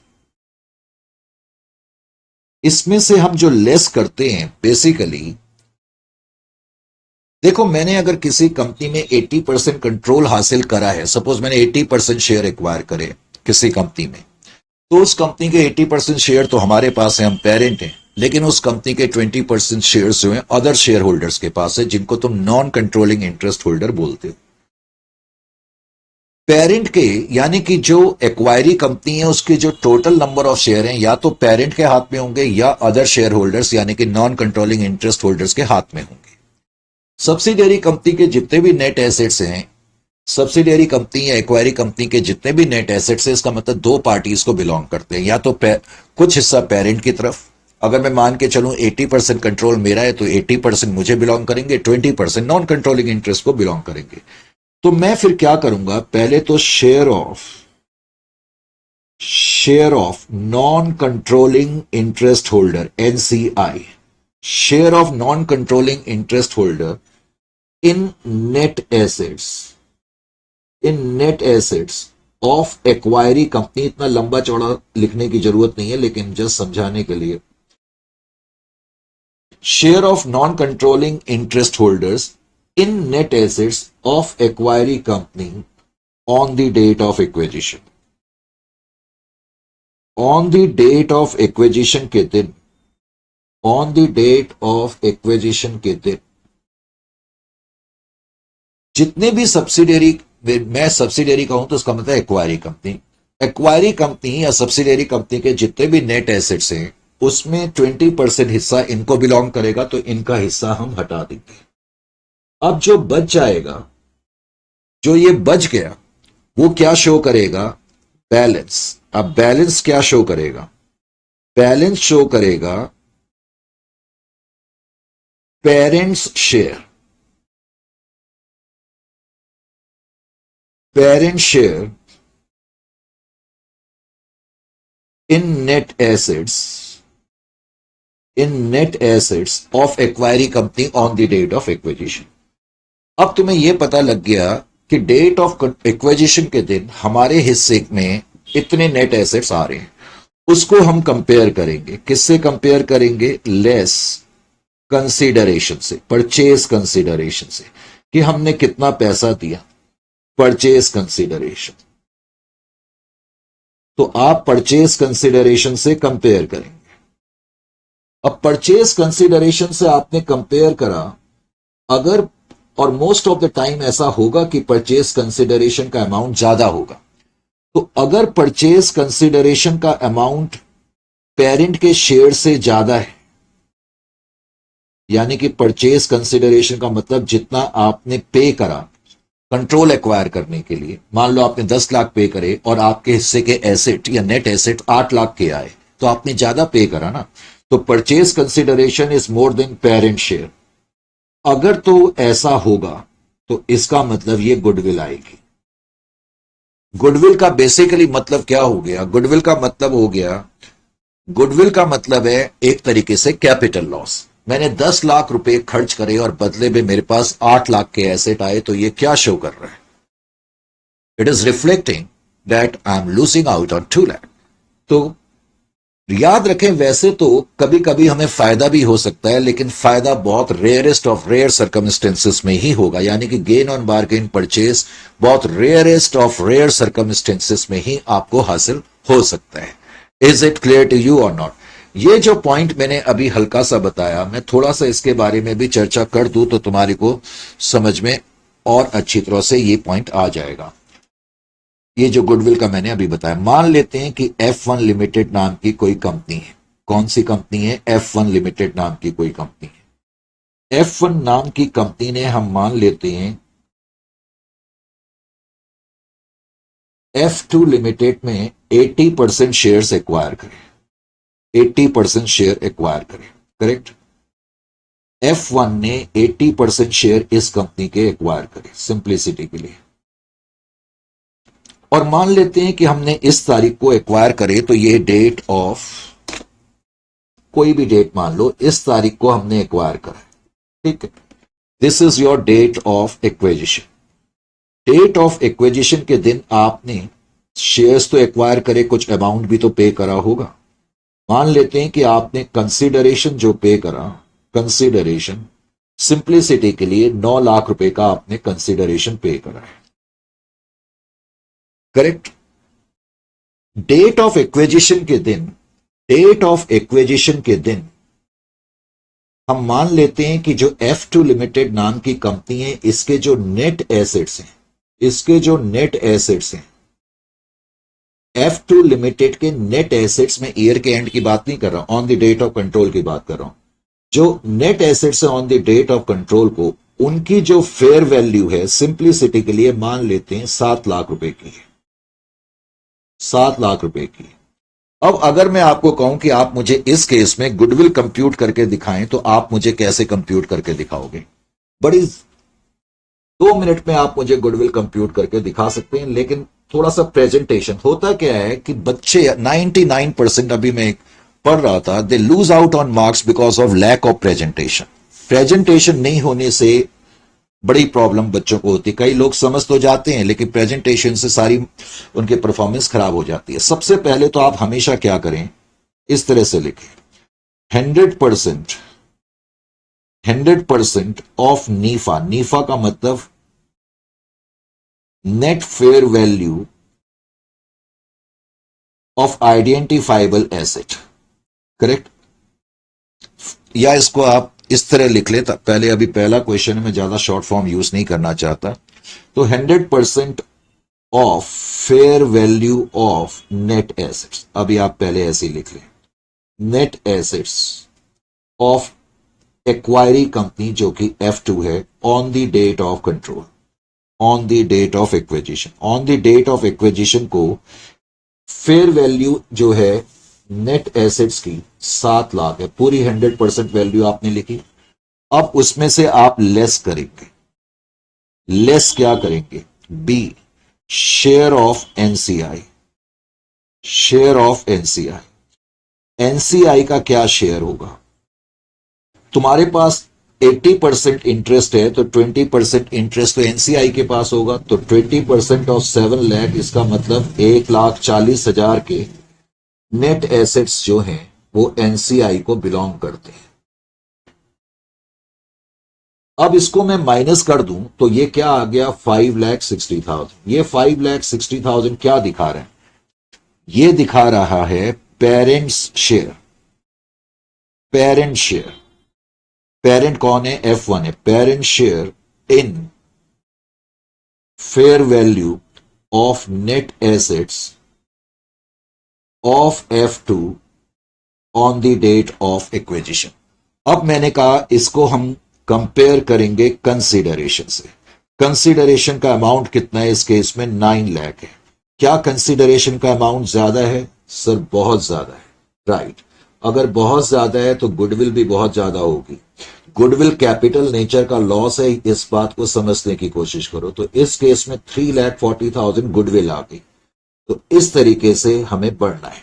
तो ये हमने ओवरव्यू लिया, करेक्ट। तकरीबन हमने अब तकरीबन क्या बहुत सारे क्वेश्चंस हमने डाले हुए हैं, नियरली 60 से 70 क्वेश्चंस, मोस्टली जब इन क्लास ही करते हैं। तो ठीक है, फिर आपसे मेरी मुलाकात होगी नेक्स्ट सेशन में। उम्मीद है ये सेशन आपको पसंद आया होगा। तो till then it's time to say good bye.